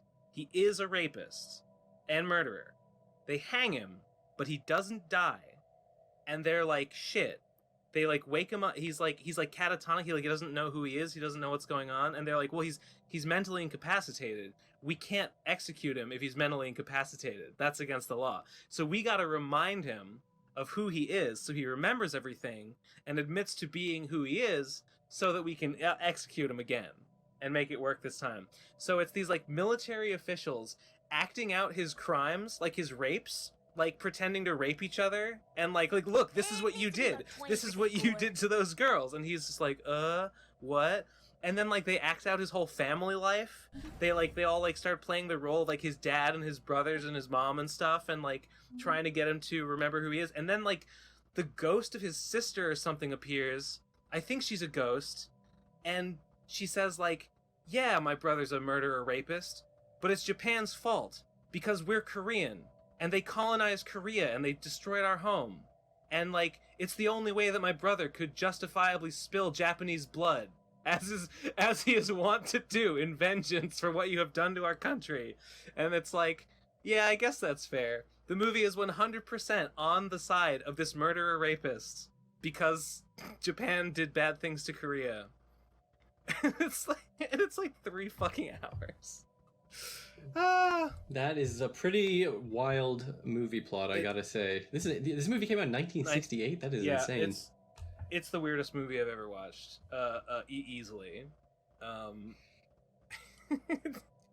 It's way too long. Like, it takes the like most of the movie to get around to the whole thing with the sister and like the whole like Korean identity thing, and like that's the point. The point of the movie is supposed to be that like these Japanese officials are, you know, imperialist dogs who are just enforcing,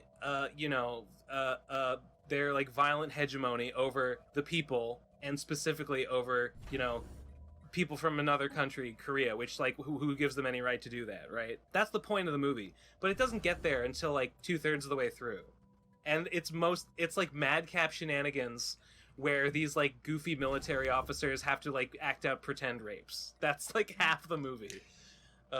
It's so strange, and it's so hilarious to me that they think it's even worth like, oh, he doesn't remember who he is, so we have to make him, or like, why? Just like if it was America, they would have just shot him in the head. Yeah, I mean, I guess that's like.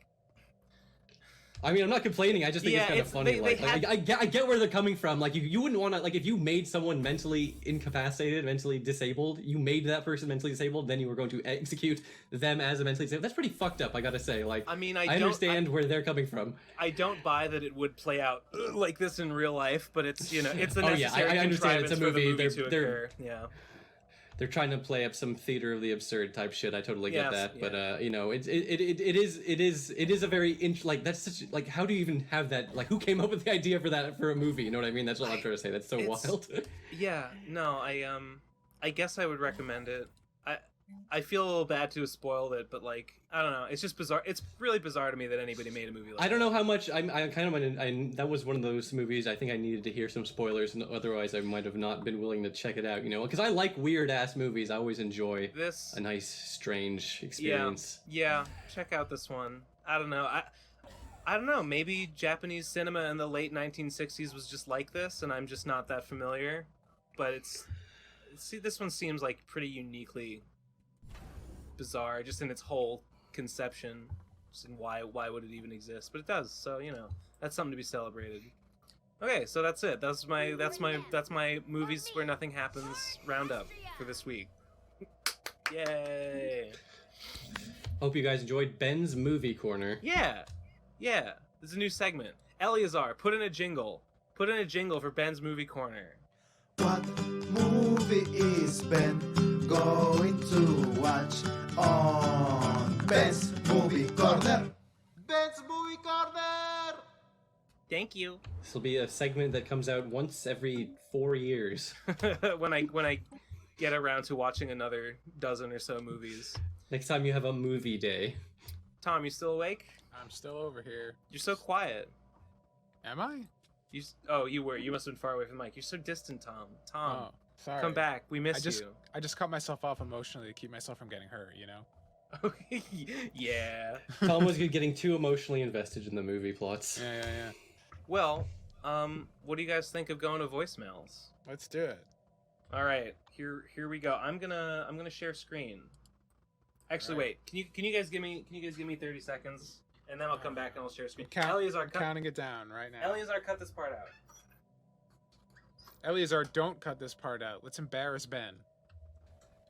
Yeah, I heard Ben. He told me that he actually watched movies that didn't have people talking in them, and they were just action movies. Oh my god. It's funny you mentioned that because I watched RoboCop for the first time yesterday.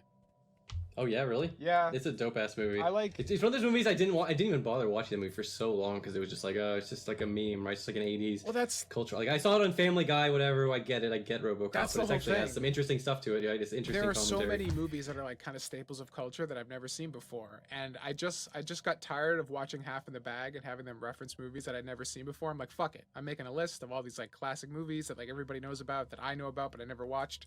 And I have a bunch of them downloaded, and RoboCop was the first one I decided to watch, and it was pretty cool.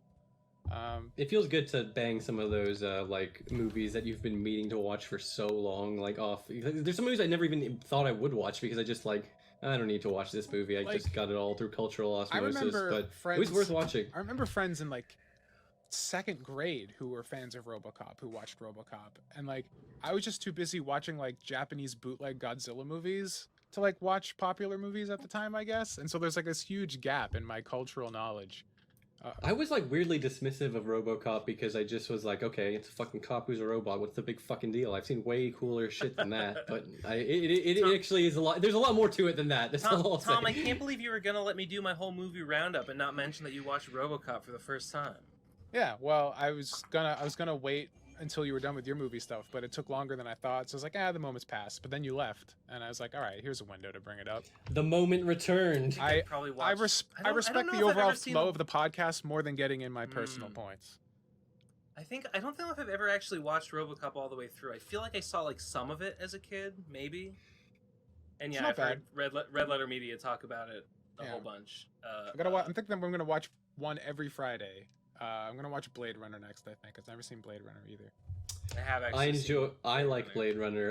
It's one of those movies where I'm not gonna spoil anything, but like I definitely get where the people who watch it and they're like, "What's the big fucking deal?" Like if you're expecting some sort of super epic bombastic thing, it's a little slower, a little more contemplative, is all I'll say. I'm totally fine with that. So that's why I think I'll probably enjoy it. But even if I don't enjoy Just it, don't, I'll be able don't to watch say the I've seen director's it. cut. Which Don't version watch did the you director. download? Everyone's been telling me, or like my understanding was to watch the director's Wait, cut. which one's the one with There's the like narration? there's like 5 different cuts is all. There's the director's cut, there's the final cut, there's the theatrical cut, there's like different I versions of the believe theatrical cut. the There's- not there's a torrent, definitely legal download I got was for the Right. final cut.